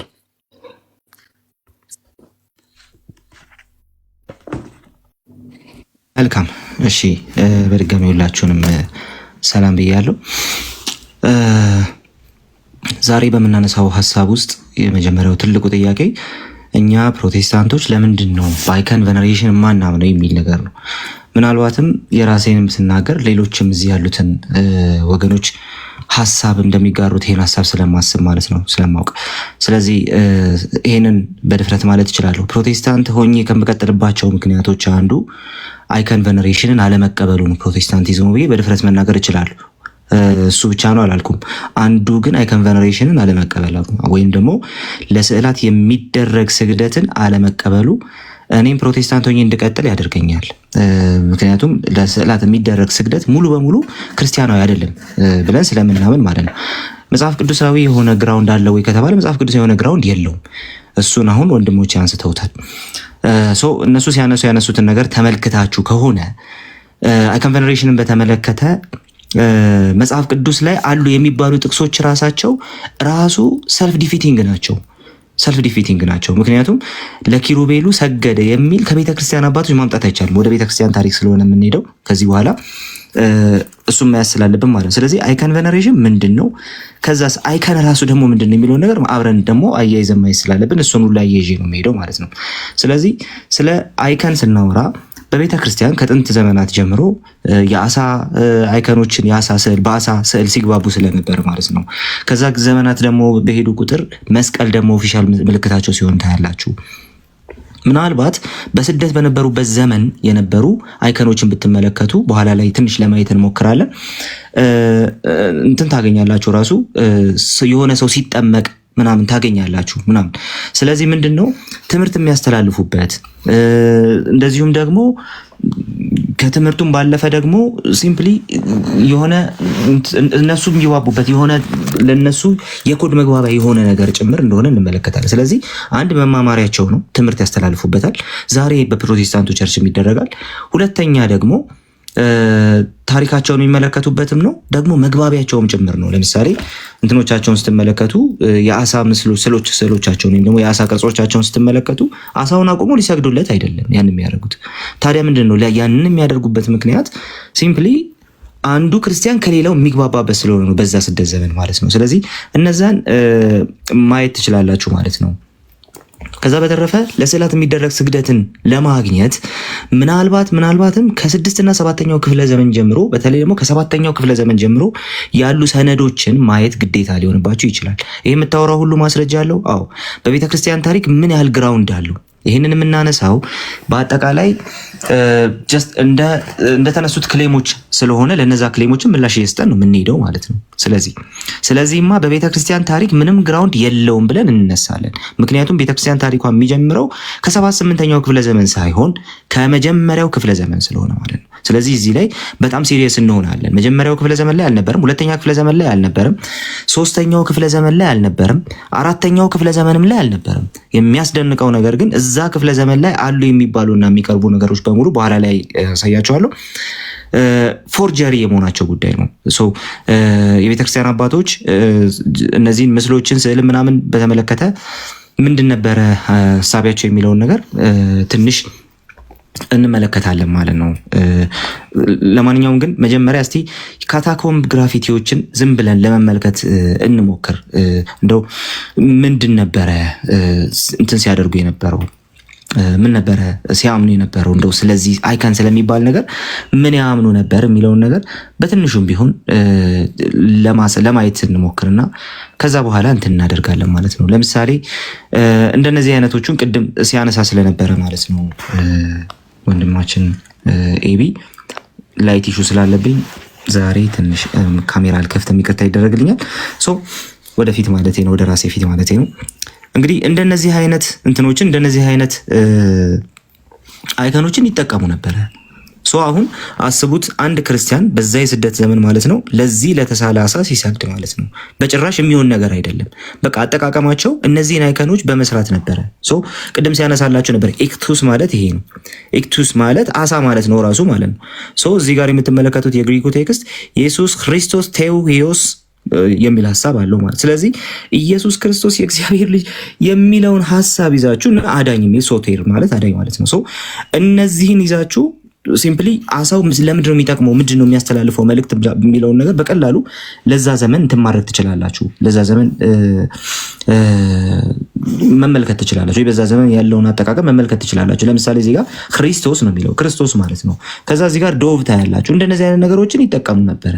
አይከንን ይጠቀሙ ነበረ። ኤርሊ ቸርች ላይ በጣም ኤርሊስት ታይምስ ላይ አይከን ይጠቀሙ ነበረ ስንል ከእንደዚህ አይነቱ አስፔክት አንጻር ነው አይከን ይጠቀሙ ነበር የምንለው ማለት ነው። ኦኬ ስለዚህ እርግብ አስቀምጦ ለእርግብ የሚሰግድ ማንም አልነበረም። የቅዱሳን ስዕሎች አብርሃም፣ ጳውሎስ፣ እስጢፋኖስ ምናምን ብላ ጭራሽ አታገኟቸውም። እሱን ለማግኘት በጭራሽ ነው የማትችሉት። ወደ በኋላ ላይ አይከን ቬነሬሽንን በተመለከተ እንደ ዶግማ የያዙ ካቶሊካውያን እንኳን እነዛ ምሁራን ምን ይላሉ የሚለውን ነገር ደግሞ አብረን የምናየው ነገር ይሆናል። ኦኬ፣ እሱን አብረን የምናየው ይሆናል። ማንኛውም ግን ኤርሊ ቸርች ላይ ያሉ ስዕሎች እነዚህ ናቸው። ወደ በኋላ ላይ ደግሞ እንትን እንመለከታለን። ከዚህ ከሐዋርያ ቅብብሎሽ አንጻር ደግሞ የምንመለከተው ነገር ይኖራል። ስለሱ የተነሳ ነገር ስላለ ማለት ነው። ሉክ እርግብ አለ። እቺ ዶቭ ሲምፕሊ በማንኛውም ካታኮምብ ውስጥ ወይም ደግሞ ጀስት በስደት የሚገቡባቸው የነበሩ ዋሻዎች ውስጥ ልታገኙት ትችላላችሁ። እንደዚህ አይነት እርግብ ማለት ነው። እንደዚህ አይነት አሳ በዚህ መልኩ ተዋቅሮ እንደዚህ ኢክቲስ ብሎ ኢየሱስ ክርስቶስ ቴዎሂዮስ ሶቴር ኢየሱስ ክርስቶስ የእግዚአብሔር ልጅ አዳኝ በእንደዚህ አይነት መንገድ የተዋቀረ አሳ ልታገኙ ትችላላችሁ። ይሄን አሳ ሲሰግዱለት ግን አታዩ። ቸርች ሂስትሪ ላይ የቤተክርስቲያን ታሪክ ላይ አይከን ስቶሪው ራሱ ሂስትሪው ራሱ ከምን ተጀመረ ብትሉ ከአሳ ከእንደዚህ አይነቱ አይከን ነው የተጀመረው። የትኛውም ክርስቲያን አሳ ስለው ግን ለአሳ ሲሰግድ አትመለከቱትም። አሳውን ግን መልእክት መለዋወጫ ነው ለሱ፣ መማማሪያ ጭምር ነው ለሱ። ስለዚህ ሊጠቀሙ ይችላል። ነገር ግን በዛ መንገድ እነሱ ወገኖቻችን በሚሉት መንገድ እንትን ሲያደርጉት ሲሰግዱለት አትመለከቱም ማለት ነው። ዶቭ ልታዩ ትችላላችሁ፣ ሲሰግዱለት አትመለከቱም። የውሃ ጥምቀት የሚወስድ ሰው ልታዩ ትችላላችሁ፣ ሲሰግዱለት አትመለከቱም። መግባቢያቸውና ማስተማሪያቸው ብቻ ነው የሚለውን ነገር እንድትይዙ ስለፈለኩኝ ነው ይህንን ማነሳው ማለት ነው። ስለዚህ ቀጥሎ ግን አንድ የተነሳ ሀሳብ አለ። እኛ ለምንድነው ማናምነው ሲባል አይከን ቬነሬሽን ወይም ለስዕላት የሚደረግ ስግደትን የማናምነው ፕሮቴስታንቶች ስለሆንን ነው። ለምንድን ነው ፕሮቴስታንቶች ስለሆንን የማናምነው ከተባለ ደግሞ መጽሐፍ ቅዱስን በትክክል ለመረዳት ካለን ቀናይነት የተነሳ ነው። መጽሐፍ ቅዱስን አንብበን መጽሐፉ የሚለን ነገር ለመታዘዝ ካለን ቀናይነት የተነሳ ነው። ያንን ስንል ደግሞ የቤተክርስቲያን ታሪክን ወደኋላ ጥለን አይደለም። የቤተክርስቲያን ታሪክ ግን ሰፖርት የማያደርገውን ነገር በጭራሽ ሰፖርት አናደርግም። የቤተክርስቲያን ታሪክን በመጽሐፍ ቅዱስ መዝን እንቀበላለን። ስለዚህ ወደ ሁለተኛው ነጥቤ ልምጣ። ሁለተኛው ነጥቤ የሚቀመጠው ደግሞ ሐዋርያዊ ቅብብሎች ከሚለው ነገር አንጻር ነው። ኦኬ፣ አንድ ሰው ሐዋርያዊ ቅብብሎች ስላለኝ በሐዋርያዊ ቅብብሎች ውስጥ ስለማልፍ መጽሐፍ ቅዱስ ብቻን አልቀበልም ሊል ይችላል። የሌላው ክሌም የተነሳው ክሌም ይሄ ስለነበረ ማለት ነው። ፕሮቴስታንቶች መጽሐፍ ቅዱስ ብቻን ነው የምንቀበለው ወይ ደግሞ መጽሐፍ ቅዱስ ብቻ የሚል ትምህርት ነው ያለን እኛ ሲሉ ምን እያሉ አይደለም ምን እያሉ ነው የሚለውን ነገር በተወሰነ መልኩ ላንሳና ከዛ በኋላ በቀጥታ በቤተክርስቲያን ታሪክ ውስጥ አሁን ስለዚህ ስለተነሳው ጉዳይ ያለውን ክርክር ደግሞ አይተን ከኔ ጋር እንትን እናደርጋለን ማለት ነው። ሶ ከዚህ ልጀምር። እኛ እንትን አንቀበልም፣ መጽሐፍ ቅዱስ ብቻን አንቀበልም፣ እነሱ መጽሐፍ ቅዱስ ብቻ ስለሚሉ ነው ለሚሉ ሰዎች መጽሐፍ ቅዱስ ብቻ ስንልኛ የቤተክርስቲያንን ታሪክ ገለል እያደረግን አይደለም። የቤተክርስቲያንን ታሪክ በመጽሐፍ ቅዱስ ብርሃን ፈትነን እየተቀበልነው ነው እንጂ። ስለዚህ የቤተክርስቲያን ታሪክን በትክክል እንቀበላለን እንላለን። የቤተክርስቲያን ታሪክን የምንቀበለው ደግሞ በቤተክርስቲያን ታሪክ ውስጥ የመጡ ነገሮችን የምንቀበለው ደግሞ መጽሐፍ ቅዱስ በሚነግረንና በሚያዘን መሰረት ብቻና ብቻ ነው ብለን ደግሞ እናምናለን ማለት ነው። ስለዚህ ይሄ የመጀመሪያው ጉዳይ ነው። ታዲያ ወደ ሐዋርያዊ ቅብብሎሽ እንምጣና ሐዋርያዊ ቅብብሎሹ ራሱ አይከን ቬነሬሽንን ግን እንትን ያደርጋሉ። አሁን እየተባለ ያለው እሱ ስለነበር ማለት ነው። አይከን ቬነሬሽንን ራሱን ሐዋርያዊ ቅብብሎሽ ሰፖርት ያደርጋሉ ወይ ወደሚለው ሀሳብ ደግሞ እንምጣ። ሪሊ አይከን ቬነሬሽን ቪዲዮ እያሳየ ከሆነ ግን አይታይም፣ ጨለማ ነው። አሁን ሸፈን አድርጌው ነው አሳያለሁ። አሁን እያሳየ ከሆነ እሺ ቴንክ ዩ። ስለዚህ አይከን ቬነሬሽንን ግን የቤተክርስቲያን ታሪኩ ራሱ አይቀበለውም ወይም ደግሞ ለስዕላት የሚደረግ ስግደትን የቤተክርስቲያን ታሪኩ ራሱ አይቀበለውም ብለን ግን በጽኑ እናምናለን። ሶ መጀመሪያ እንደው በጣም ስለ አይከን ሲወራ ስለነበረ እንደው የማንቀበለው ነገር ምንድን ነው? የቤተክርስቲያን ታሪክ ውስጥ እንደው ለስዕላት የሚደረግ ስግደት አለ ምናምን ሲባል ለምን አንቀበልም የሚለውን ነገር ለምሳሌ እነ ወንድም ዘማርያም በጥሩ ሁኔታ አስቀምጠዋል። ስለ አይከን ቬነሬሽን ቤተክርስቲያን በሐዋርያዊ ቅብብሎች ውስጥ እንዴት እንደምትቀበለው ማለት ነው። ነገር ግን ሪሊ እውነት ነው ወይ የሚለውን ነገር ከራሷ ከቤተክርስቲያኗ ትምህርት ተነስተን ደግሞ ማየት ስላለብን እሱን ማድረግ ይኖርብናል ማለት ነው። ለምሳሌ ስለ ስዕላት ስለሚደረግ ስግደት ቤተክርስቲያኗ ምን ትላለች የሚለውን ነገር አሳይቼ ከዛ በኋላ እንቀጥል። እንግዲህ ይሄንን መጽሐፍ ሁሉም ሰው ያውቀዋል ብዬ አስባለሁ። ይህን መጽሐፍ ሁሉም ሰው ያውቀዋል ብዬ አስባለሁ። የኢትዮጵያ ኦርቶዶክስ ተዋሕዶ ቤተክርስቲያን እምነት፣ ስርዓት፣ አምልኮትና የውጭ ግንኙነት። ይህ መጽሐፍ ማለት አሁን 3ኛ እትም የደረሰ መጽሐፍ ነው። በአቡነ ማትያስ ዘመን 3ኛ እትም ደርሷል ይህ መጽሐፍ ማለት ነው። ሶ ጳጳሳቱ ያለፉት አቡነ ጳውሎስም የአሁኑም አቡነ ማትያስ ጭምር ሀሳብ የሚሰጡበት ወይም ደግሞ በእነሱ ፈቃድ የሚታተም ነው። ለምሳሌ በአቡነ ጳውሎስ ፈቃድ የታተመ ኦኬ። እነዚህ ጳጳሳት እንግዲህ 18 ሊቃውንት ናቸው ይህን መጽሐፍ የጻፉት። 18 ሊቃውንት ናቸው። ማንም ሰው መጽሐፍ እዚህ ላይ የተጻፈውን ነገር አልቀበልም ማለት አይችልም ማለት ነው። 4 ሰዎች ደግሞ የኤዲቶሪያል ስራ ሰርተውበታል። ከዛ እንግዲህ በዚህ መጽሐፍ ላይ ምንድነው ያስቀመጡት መልእክት የሚለውን ነገር እንመልከት። ሉክ የብፁዕ አቡነ ጳውሎስ የብፁዕ ቅዱስ አቡነ ጳውሎስ ፓትርያርክ ርዕሰ ሊቃነ ጳጳሳት ዘኢትዮጵያ መልእክት ይልና ኦኬ ለምእመናኑ ያስቀመጡትን ሐሳብ ላሳያችሁ። እዚህ መጽሐፍ ላይ የተቀመጠን ነገር አልቀበልም ማለት አትችሉም። ተመልከቱ። ካልጠየቁ አያውቁ፣ ካላወቁ አይጸድቁ ነውና ምእመናን ሃይማኖታቸውን ስርዓቱንና ትውፊቱን ሊረዱ ይገባል ይሉና ስለ እምነታችን ሊያውቁ ለሚሹም የውጭ ሰዎች መጽሐፉ በእንግሊዝኛ ቋንቋ ተተርጉሞ ስለቀረበ ለማንበብ ያመቻቸዋል እያሉ ይቀጥላሉ። ኦኬ ከዛ በኋላ እንግዲህ ጳጳሱ ናቸው የሚናገሩት። ከዚህም ሌላ በኦሪየንታል ኦርቶዶክስ እና በምስራቅ ኦርቶዶክስ በአብያተ ክርስቲያናት በኦርቶዶክስ አብያተ ክርስቲያናትና በምዕራብ አብያተ ክርስቲያናት መካከል ባለው የትምህርተ ሃይማኖት ቀኖናና ስርዓት አምልኮ ልዩነት ላይ ውይይት ሊደረግ ይገባዋል የሚሉ ወገኖች ሁሉ የቤተ ክርስቲያናችን ጥንታዊ ትክክለኛና የማይዛባ እምነትና ስርዓት በዚህ መጽሐፍ ውስጥ የተገለጸ መሆኑን እንዲያውቁልን እንሻለን ይላሉ። አንድነት ይምጣ ቢባል እንኳን ይሄንን ባልጣሰ መልኩ ነው። እዚህ መጽሐፍ ላይ የተቀመጠው ነገር ባልጣሰ መልኩ ነው። ስለዚህ እዚህ መጽሐፍ ላይ የተቀመጠው ነገር የቤተ ክርስቲያኒቱ ትምህርትና እምነት ነው። አለቀ። የቤተክርስቲያኒቱ ትምህርትና እምነት ነው።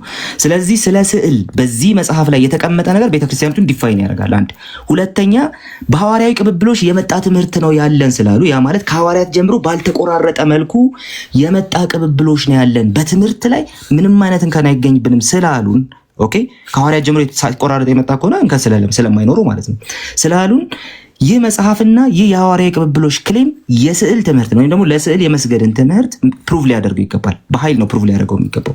ስለዚህ እሱን አሁን እንፈትናለን ማለት ነው። ይህ መጽሐፍ ገጽ 96 ላይ እንደዚህ በማለት ይናገራል። ገጽ 95 እና 96 ላይ እንዲህ በማለት ይናገራል።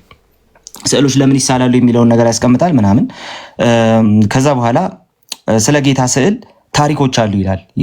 ይሄኛውን ወደ በኋላ ላይ ጊዜ ካለ እናነበዋለን። ከዚህ በፊትም አንብቤላችኋለሁ ምናልባት እኛ ጋር የምትመጡ ሰዎች ካላችሁ ማለት ነው። ኢየሱስ ክርስቶስን ሐዋርያው ዮሐንስ ስሎታል ይላል። ሐዋርያው ዮሐንስ ከሳለው በኋላ ራቁቱን አድርጎ ስሎት ነበረ። ከዛ በኋላ እንዴት ራቁቴን አድርገህ ትስለኛለህ ይለዋል። ከዛ ስዕሉን ይስመዋል። ስዕሉን ከለሜዳ አስታጥቆ ከሳለው በኋላ ወንጌላዊው ስሎ ሲጨርስ ስዕሉን ቢስመው ከንፈሩ ከስዕሉ ጋር ተጣብቆ ቆይቷል ይልና ስዕላት ላይ የሚደረግ ተአምራት ጀመረ የሚለው እዚህ ጋር ነው። ይህ ሁሉ ከስዕሉ የታየው ተአምራት ነው ይላል። ጥያቄ 1 አይከን ቬነሬሽንን የማንቀበልበት ምክንያት እንደዚህ አይነት ታሪኮች ታማኝ ያልሆኑ ታሪኮች ጭምር አይከን ቬነሬሽን ስለሚገቡ ነው። ከስዕሉ የታየ የመጀመሪያ ተአምራት ከስዕሉ የታየ ተአምራት ይሄ ነው።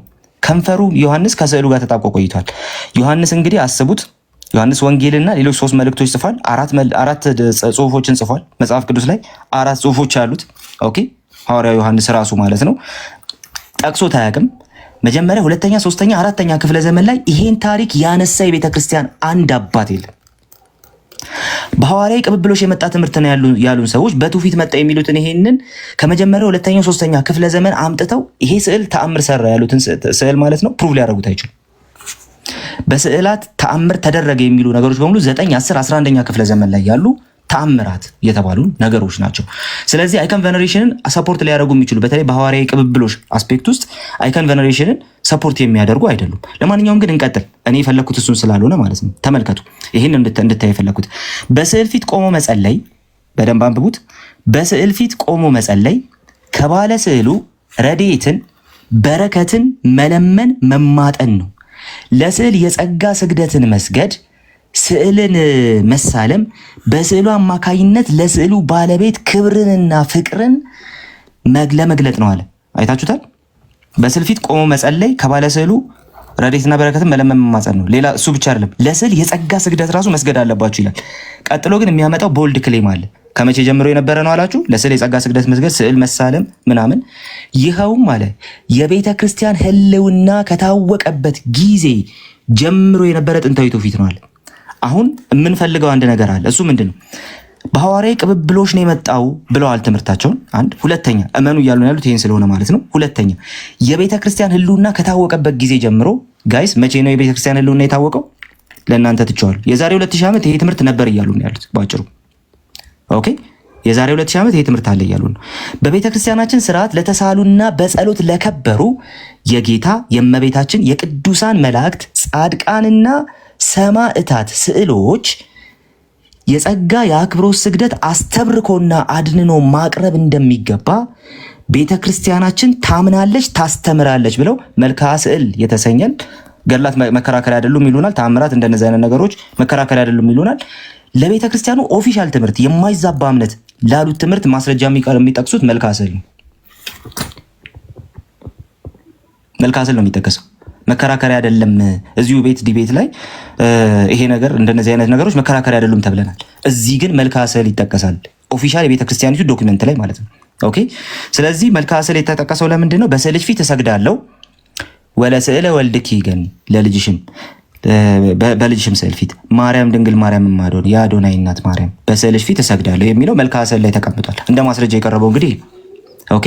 ስለዚህ ቤተክርስቲያን ህልውና ከታወቀበት ጊዜ ጀምሮ የነበረ ነው ስለተባለ እኛ ይዘን የምንመጣው ሙግት እንደ ፕሮቴስታንት ይሄ ነው። ኖ አይደለም። የቤተክርስቲያን ህልውና ከታወቀበት ጊዜ ጀምሮ አይከን ቬነሬሽን አልነበረም። የብሉይ ኪዳኑን ለስዕል የተባሉ ጥቅሶችን ወንድሞቼ ኦልሬዲ አንስተዋቸዋል። ስለዚህ እዚህ ውስጥ አንገባ። ስለዚህ እኔ ቀጥታ በቤተክርስቲያን ታሪክ ውስጥ ምን ይታወቅ እንደነበረ ደግሞ ላሳይ። በቤተክርስቲያን ታሪክ ውስጥ ኢሜጆችን በተመለከተ ፌር የሆነ የኢሜጅ አጠቃቀሙ የአይከን አጠቃቀምን ሰጀስት ያደረጉ ሰዎች አሉ። አት ዘ ሴም ታይም ሙሉ በሙሉ አይከን የሚባል ነገር ሙሉ በሙሉ ሪጀክት ያደረጉ ሰዎች አሉ። በቤተክርስቲያን ስዕል የሚባል ነገር ሙሉ በሙሉ ሪጀክት ያደረጉ ሰዎች አሉ። ምን ብያቸዋለሁ? በቤተክርስቲያን ታሪክ አስቀድሞ 3ኛ 4ኛ ክፍለ ዘመን ላይ ብትመጡ አይከን በተመለከተ ሲምፕሊ በቃ አይከን ለመማማሪያነት የተጠቀደም እንዳልኳችሁ ማለት ነው። ሲምፕሊ ካታኮምብ ውስጥ እንደተገኙ አይነት አይከኖች ለመማማሪያነት መልእክት ማስተላለፊያ አሳ የሚስሉት ሊሰግዱለታል፣ ለአሳው አይሰግዱም። ኦኬ ሶ አይከኑን ግን መማማሪያ ሊያደርጉት በዛ ደረጃ ፌር ዩዜጅ የተጠቀሙ ሰዎች አሉ። ሁለተኛ ደግሞ በጭራሽ ስዕል የሚባል በቤተክርስቲያን አያስፈልግም ያሉ ደግሞ የ4ኛው ክፍለ ዘመን አባቶች ጭምራሉ። ነገር ግን ለስዕል ስግደት ይገባል ያለ የቤተክርስቲያን አባት መጀመሪያ 2ኛ 3ኛ 4ኛ ክፍለ ዘመን ላይ በተአምር አታገኙ። ለስዕል መስገድን በተመለከተ በዶግማ ደረጃ ቤተክርስቲያን የተቀበለችው የካቶሊክ ቤተክርስቲያን የተቀበለችው ኢስተርን ኦርቶዶክስ እንደዚሁም ኦሪየንታል ኦርቶዶክስ 7ኛው ካውንስል እንዴት እንደው አባቶቻችን እንደተባለ ባልገባኝ መልኩ ሲጀመር 7ኛው ካውንስል የኦሪየንታል ዶግማ የሚሰራበት ኢንፋሊብል ካውንስል ራሱ አይደለም። ነገር ግን ኢስተርን እና ካቶሊክ ቸርቾች በ8ኛው ክፍለ ዘመን 787 ላይ ነው እንደ ዶግማ የተቀበሉት። ኦኬ እንደ ዶግማ ከክርክር በኋላ ከአይኮኖክላስቲክ ክርክር በኋላ ማለት ነው። እሱን ወደ በኋላ እመጣበታለሁ፣ በሱ ጨርሳለሁ። ለማንኛውም ግን አጌንስት ሴልሰስ ላይ ያለ አንድ ሀሳብ ላንሳላችሁ። አጌንስት ሴልሰስ ይሄ የአጌንስት ሴልሰስ ሀሳብ ነው። ኦኬ ወይም ደግሞ ከፍ አድርጌ ላሳያችሁና እንድታዩት በደንብ ማለት ነው። ኮንትራ ሴልሰም ቡክ 7 ይላል። አጌንስት ሴልሰስ ኮንትራ ሴልሰም ቡክ 7 ይላል። አርጌንስ ማለት 3ኛ ክፍለ ዘመን ነው። እሺ የአርጌንስን ስራ ነው አሁን እዚህ ጋር የምናሳያችሁ። ከራሳቸው አይከን ቬኔሬሽንን እንደ እንትን ከሚጠቀሙ እንደ ዶግማ ከሚያዩ ሰዎች ነው ይሄንን እንትን የምናደርገው ይሄንን የምንወስደው ማለት ነው። ስለዚህ እንግዲህ አጌንስት ሴልሰስ እዚህ ሴክሽን 41 ላይ ወይም ደግሞ ቻፕተር 41 ላይ ሴልሰስ አንድ ነገር ይከሳል። ሴልሰስ እንግዲህ ሲምፕሊ ክርስቲያን ያልነበረ ፔጋን የሆነ ክርስቲያኖችን የሚከስሰው ነው። ክርስቲያኖቹ በፊታቸው የተሳለ ወይም ደግሞ ቅርጽ የሚሰግዱለት ነገር የላቸውም የሚል ክርክር አለው። ሴልሰስ በጣም ብዙ የቤተክርስቲያን አባቶች ማምጣት እንችላለን። ጆና ነክቶት ያልፋል ብዬ አምናለሁ። ስለዚህ ሴልሰስ በዚህ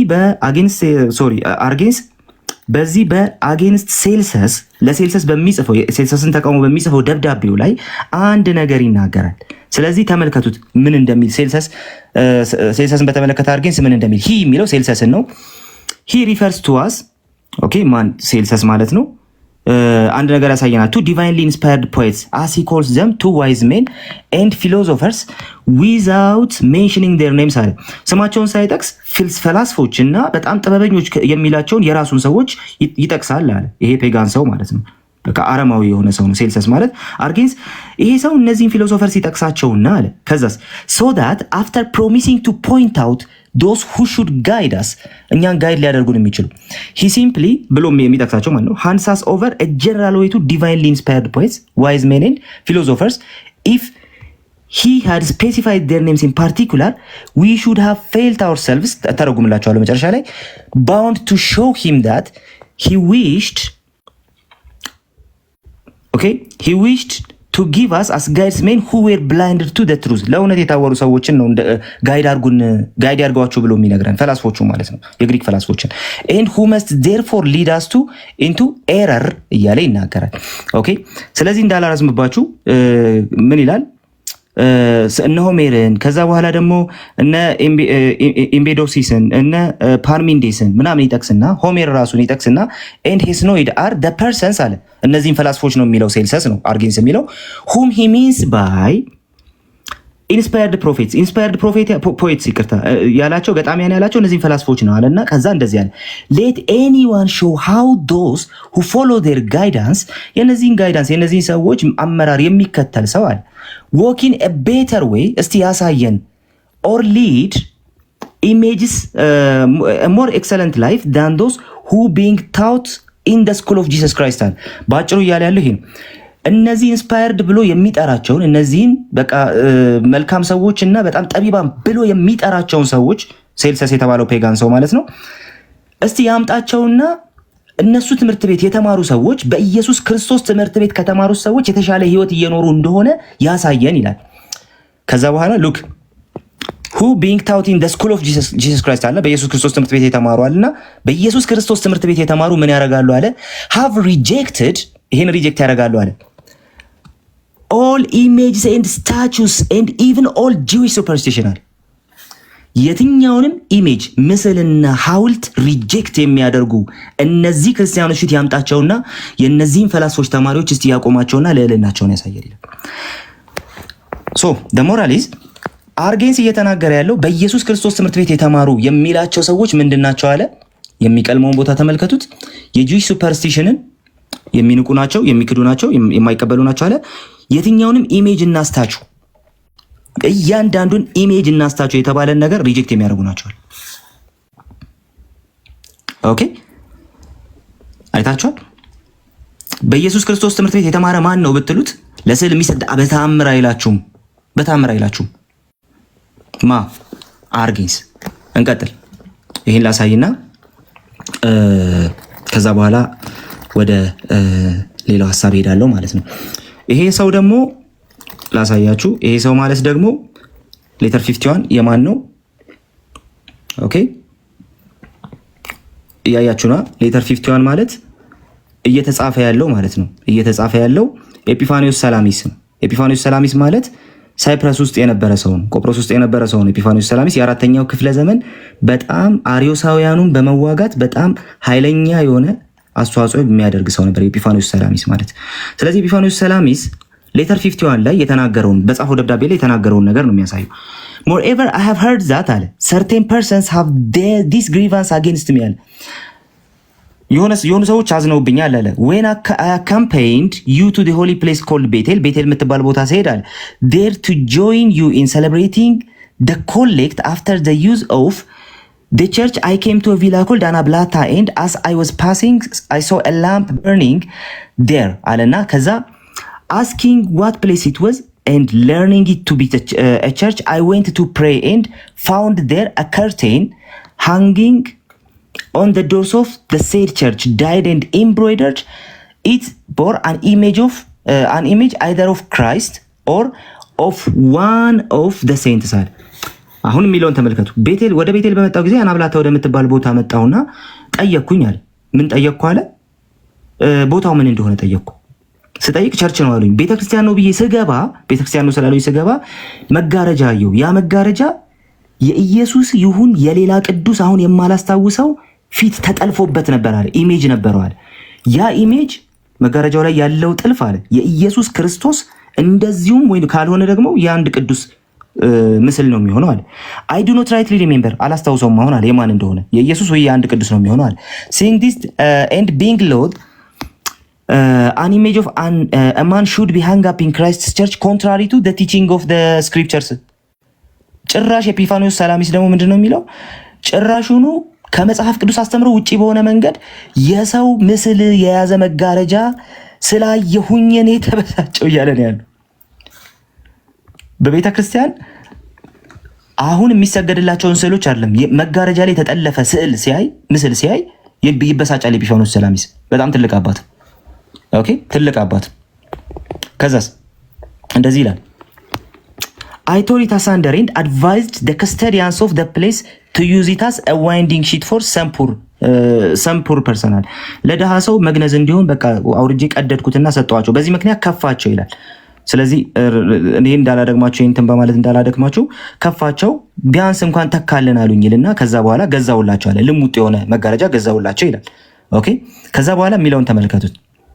A place to take a curtain which I have sent from the hands of the reader and that you will afterwards give directions that አለ። ከዛ ይህን መጋረጃ ተቀበሉና ምን አድርጉ አለ that curtains of the other sort ሌላ አይነት መጋረጃ ምን አይነት opposed us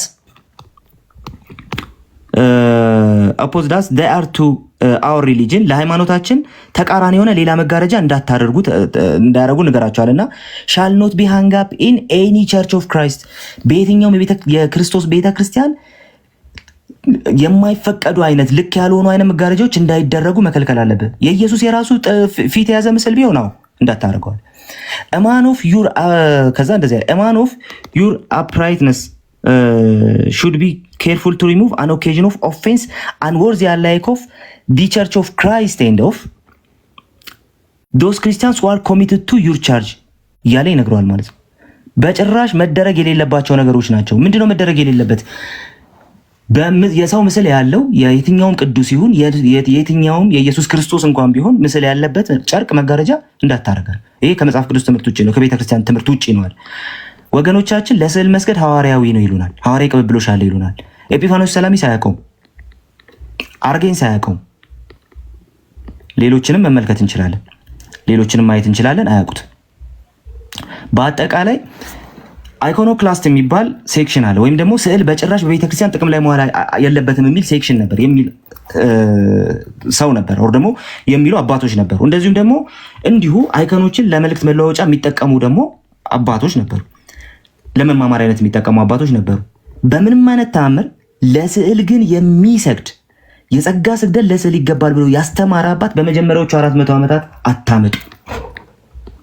በመጀመሪያዎቹ 400 ዓመታት ይሄንን ማምጣት በተአምር አትችሉ፣ አይቻልም። ለምን? ለስዕል የጸጋ ስግደት ይገባል ብሎ በነዛ ዓመታት ውስጥ ያስተማረ ሰው የለም። ሐዋርያዊ ቅብብሎሽ የሚጀምረው ወገኖች 6 እና 7ኛ ክፍለ ዘመን አለ። ሐዋርያዊ ቅብብሎሽን ክሌም ካረጋችሁ ክሌም ያደረገ ሰው ከሐዋርያቱ ዘመን የሚመዘዝ ትምህርት ማምጣት አለበት? የለም። የቤተክርስቲያን አባቶች አሁን ባነበብኩላችሁ 3ኛውና 4ኛው ክፍለ ዘመን ላይ ባሉ ዘመናት እንኳን ይህንን ትምህርት በተአምር አያውቁትም። ስለዚህ እኛ ምን እንላለን? አይከን ቬነሬሽን ወይም ደግሞ ለስዕላት የሚደረግ የጸጋ ስግደት ተብሎ አሁን ቅድም በቤተክርስቲያን ትምህርት ላይ ያሳየኋችሁ ትምህርት በጭራሽ በቤተክርስቲያን ታሪክ ውስጥ አልነበረም እንል። ታዲያ መች ተጀመረ ካላችሁ በተለይ በዶግማ መልኩ ሲባል የነበረው በ8ኛ ክፍለ ዘመን እንደሆነ እናውቃለን። ይህንን መጽሐፍ ላሳያችሁ። ይሄ መጽሐፍ ማለት በካቶሊክ ስኮላር የተጻፈ መጽሐፍ ነው። ይሄ መጽሐፍ ማለት በካቶሊክ ስኮላር የተጻፈ መጽሐፍ ነው። The Acts of the Second Council of Nicaea ይላል። ሪቻርድ ፕራይስን ሰርች አድርጉት። ሪቻርድ ፕራይስ ማለት ካቶሊክ ስኮላር ነው።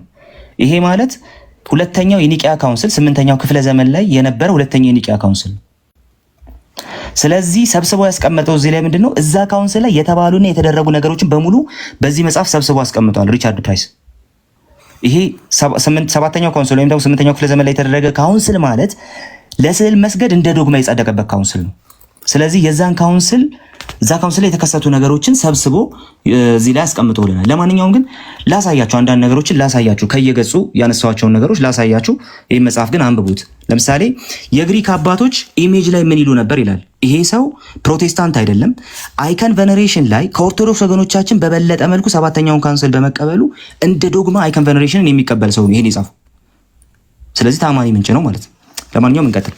The Greek fathers on image ይላል። የግሪክ አባቶች ኢሜጅ ላይ ያላቸው አቋም despite the claim that images had a venerable place in the church from the beginning ከመጀመሪያ ጀምሮ በቤተ ክርስቲያን ኢሜጆች ወይም ደግሞ ምስሎች የሚከበር ቦታ እንዳላቸው ቢነገርም no attempt was made at Nicaea በዚህ የኒቂያ ጉባኤ ስለዚህ ባለፈው አባቶቻችን የሰሩት ጉባኤ የተባለ ባይዘው እስልምና ይቀድመዋል በእድሜ ይሄን ጉባኤ እስልምና ይቀድመዋል። ኦኬ ከእስልምና መነሳት በኋላ የመጣ ለማንኛውም ግን እንቀጥል። ሉክ ስዕላት በቤተክርስቲያን የተከበረ ቦታ ቢኖራቸውም ማለት በቤተክርስቲያን from the very beginning no attempt was made at Nicaea to prove by direct citation from the painting and veneration of images went back before the 4th century አለ። ከአራተኛው ክፍለ ዘመን በኋላ የሚመጣ 1ኛ ክፍለ ዘመን ላይ የሚመጣ ምንም አይነት ቴክስት አለ አልተጠቀሰም በዛ ካውንስል ላይ አለ። አባቶቻችን የሰሩት መንፈስ ቅዱስ የመራው የተባለው ካውንስል ላይ አሁን ተመልከቱ፣ መንፈስ ቅዱስ የመራው ካውንስል ነው። ኦኬ አይደል? አባቶቻችን ሲባል ስለነበር ማለት ነው። መንፈስ ቅዱስ በመራው በዛ ካውንስል ላይ አለ ከአራተኛው ክፍለ ዘመን የቀደመ ምንም አይነት ዶክመንት አልተጠቀሰም ለስዕላት መስገድን በተመለከተ እሱን የሚደግፍ ከአራተኛው ክፍለ ዘመን የቀደመ ምንም እንትን አልተጠቀሰም ማለት ኢቭን አራተኛው ክፍለ ዘመን ላይ ምንድነው የመጣው የሚለውን ነገር ደግሞ እናያለን። ምን ተጠቀሰ? the acts include no iconophile text ለስዕላት መስገድን የሚደግፉ ሰዎች እንትን የሚደግፍ ምንም አይነት ቴክስት አልቀረበም ማለትና earlier than አለ ከመቼ የሚቀድም 4th century the acts include earlier than አትናቴዎስ አለ ከአትናቴዎስ የሚቀድም ምንም አይነት ቴክስት አልቀረበም ማለት አትናቴዎስ 4ኛ ክፍለ ዘመን ላይ ያለ አባት ነው። ለአትናቴዎስ የቀረበው ምንድነው በኋላ እናያለን። ከአትናቴዎስ ግን የሚቀድም ምንም አይነት ዶክመንት አልቀረበም። ሐዋርያዊ ቅብብሎሽ ያለው ትምህርት ከሆነ ከአትናቴዎስ የሚቀድም ከሐዋርያቱ የሚመዘዝ 2ኛ ክፍለ ዘመን ላይ የሚመዘዝ 3ኛ ክፍለ ዘመን ላይ የሚመዘዝ አንድም ማስረጃ አልቀረበም። እዛ ካውንስል ላይ ምንድነው የቀረበው? ሉክ 681 ላይ ቁስጥንጥንያ ላይ ከቁስጥንጥንያው ጋር የተገናኙ ዶክመንቶች 680 እና 681 ላይ ኦኬ 7ኛ ክፍለ ዘመን ላይ የነበሩ ዶክመንቶች ቀርበዋል ማለት ነው እንጂ ጭራሽ በምንም አይነት ሁኔታ ምን አልተደረገም ማለት ነው። ይሄኛውን በኋላ በደንብ አሳያችኋለሁ። አልቀረበም ማለት ነው። ወይም ደግሞ እዛ እና ከአትናቴዎስ በዘመን የሚቀድም ምንም አይነት ከሐዋርያት የሚመዘዝ ማስረጃ አልቀረበም። ከመንገድ ነው የጀመረው ማለት ነው። ከመሃል መንገድ ነው የጀመረው እያለን ያለው። ለማንኛውም ግን እንቀጥል። ታዲያ ምን ይላችኋል? in the way in which the council of 787 ስዕላት የጸደቁበት ማለት ነው ለስዕል መስገድ የጸደቀበት taught to prove that images and reverence towards images went back to the apostles without citing any text earlier than the 4th century ያለ ደገመልህ ማለት ነው። እዚህ ከአራተኛው ክፍለ ዘመን የሚቀድም ምንም አይነት ሰነድ አልተጠቀሰም ማለት መንፈስ ቅዱስ መርቶታል በሚባለው ሐዋርያዊ ቅብብሎሽ አለው በሚባለው ሰነድ ላይ ማለት ነው። ምንድነው የቀረበው? ይኸው እየቀረቡ ያሉ ነገሮች ማለት ነው። እየቀረቡ ያሉ ነገሮች በሙሉ ምንድናቸው? ከአራተኛው ክፍለ ዘመን በኋላ የመጡ ሌሎች ሰነዶች ናቸው እያለን ያለ። ኦኬ ይሄን መጽሐፍ እንድታነቡት በጣም አበረታታችኋለሁ። ከዛ በኋላ ደግሞ እንደዚህ በማለት ይናገራል ደግሞ would it not have been sufficient to say that no image can receive same veneration as its archetype since the image is but a mere shadow or reflection of the reality in it depicts ይልና ከዛ ባሲሎስ ዘቂሳርያን ይጠቅሳል። ባሲሎስ ዘቂሳርያ በጣም ሲነሳ ነበር ባለፈው። but Basil of Caesarea was constantly cited for having said that the honor paid to the image passes over to the archetype ይሄንን ያለው ባስሌል ማለት ነው ለስላሴ ትምህርት ነው። ኢየሱስ ክርስቶስ የአብ ኢሜጅ ነው፣ ስግደት ይገባዋል። ይህን ክፍል ለአይከን ቬነሬሽን ተጠቅመውት ነበር አለ ሪቻርድ ፕራይስ። ኦኬ ከዛስ the context was totality of worship to be paid to Christ as the natural image of the Father but taken out of its immediate context this statement could be applied to the role of artistic or mimetic images እያለ ደግሞ ይቀጥላል ማለት ነው። ምን ተደረገ አለ መንፈስ ቅዱስ የመራው ጉባኤ ነው አይደል? ሐዋርያዊ ቅብብሎሽም ጭምር ያለው ጉባኤ ነው አይደል? ጥቅሶችን አባቶች የተናገሯቸውን ነገሮች ያለ ኮንቴክስቱ ጭምር ይጠቅስ የነበረ ጉባኤ ነው እያለ ነው። ጉባኤውን የሚቀበል ሰው ነው ይሄን እያለን ያለው። ባስሌዮስ ዘቂሳርያ የተናገረውን ነገር ያለ ኮንቴክስት ይጠቅሰው ነበር። አይታችሁታል? ያለ ኮንቴክስት ይጠቅሰው ነበር። ባስሌዮስ ዘቂሳርያ የተናገረውን ራሱ ጥቅሶችን የአባቶችን ስራዎች እንኳን ያለ ኮንቴክስት የሚጠቅስ ነበረ ካውንስሉ ነው እያለን ያለው። ኦኬ በዚህ ራሱ ካልተማመንን እንደዚህ ይላል። Unsurprisingly, this deficiency was made up by production of same spurious text assigned to this period. በጣም አጠራጣሪ የሆኑ ዶክመንቶችን ደግሞ በዚህ ፔሪድ ተጠቅመው ነበር ለስዕላት የሚደረግ ስዕለትን ለማጽደቅ but there was less this than we might have expected ግን ከምንጠብቀው በታች ነው አለና the acts include long narration attributed to Athanasius about image of Christ አይታችኋል። መጀመሪያ የተጠቀሰው ምንድነው? የቀደም ከአትናቴዎስ በፊት አልተጠቀሰም ብያቸዋል። አትናቴዎስ ተጠቅሷል። አሁን which when pierced blade and worked countless miracles ስዕሉ ተአምር ሰራ፣ ደማ፣ የማይቆጠር ተአምር ሰራ ምናምን እየተባለ አትናቴዎስ ተጠቅሶ ነበር አለ። ከዛስ ምንድነው አለ? ግን አጠራጣሪ ነው፣ ስፐሪየስ ነው እያለን ያለው። ከዛስ this legend and the false attribution are more likely however to have arisen in the context of controversy with Jews አለ። ከአይሁዳውያን ጋር በነበረው ኮንትሮቨርሲ ምናምን የተነሳ በቃ አጠራጣሪ የሆነ ሰነድ አትናቴዎስ ጽፎታል ተብሎ ግን አትናቴዎስ ያልጻፈው ሰነድ ነው እየተጠቀሰ ያለው ነው። ኦኬ the one clear case አለ። ከዛ in the acts of forgery claiming to belong to patristic golden age አለ። አንድ ሌላ ምን አለ? ፎርጀሪ የሆነ ዶክመንትም ቀርቧል ከፓትሪስቲክ ኤጅ የሚመዘዝ የተባለ ፎርጀሪ የሆነ ሐሰተኛ ዶክመንት ቀርቧል።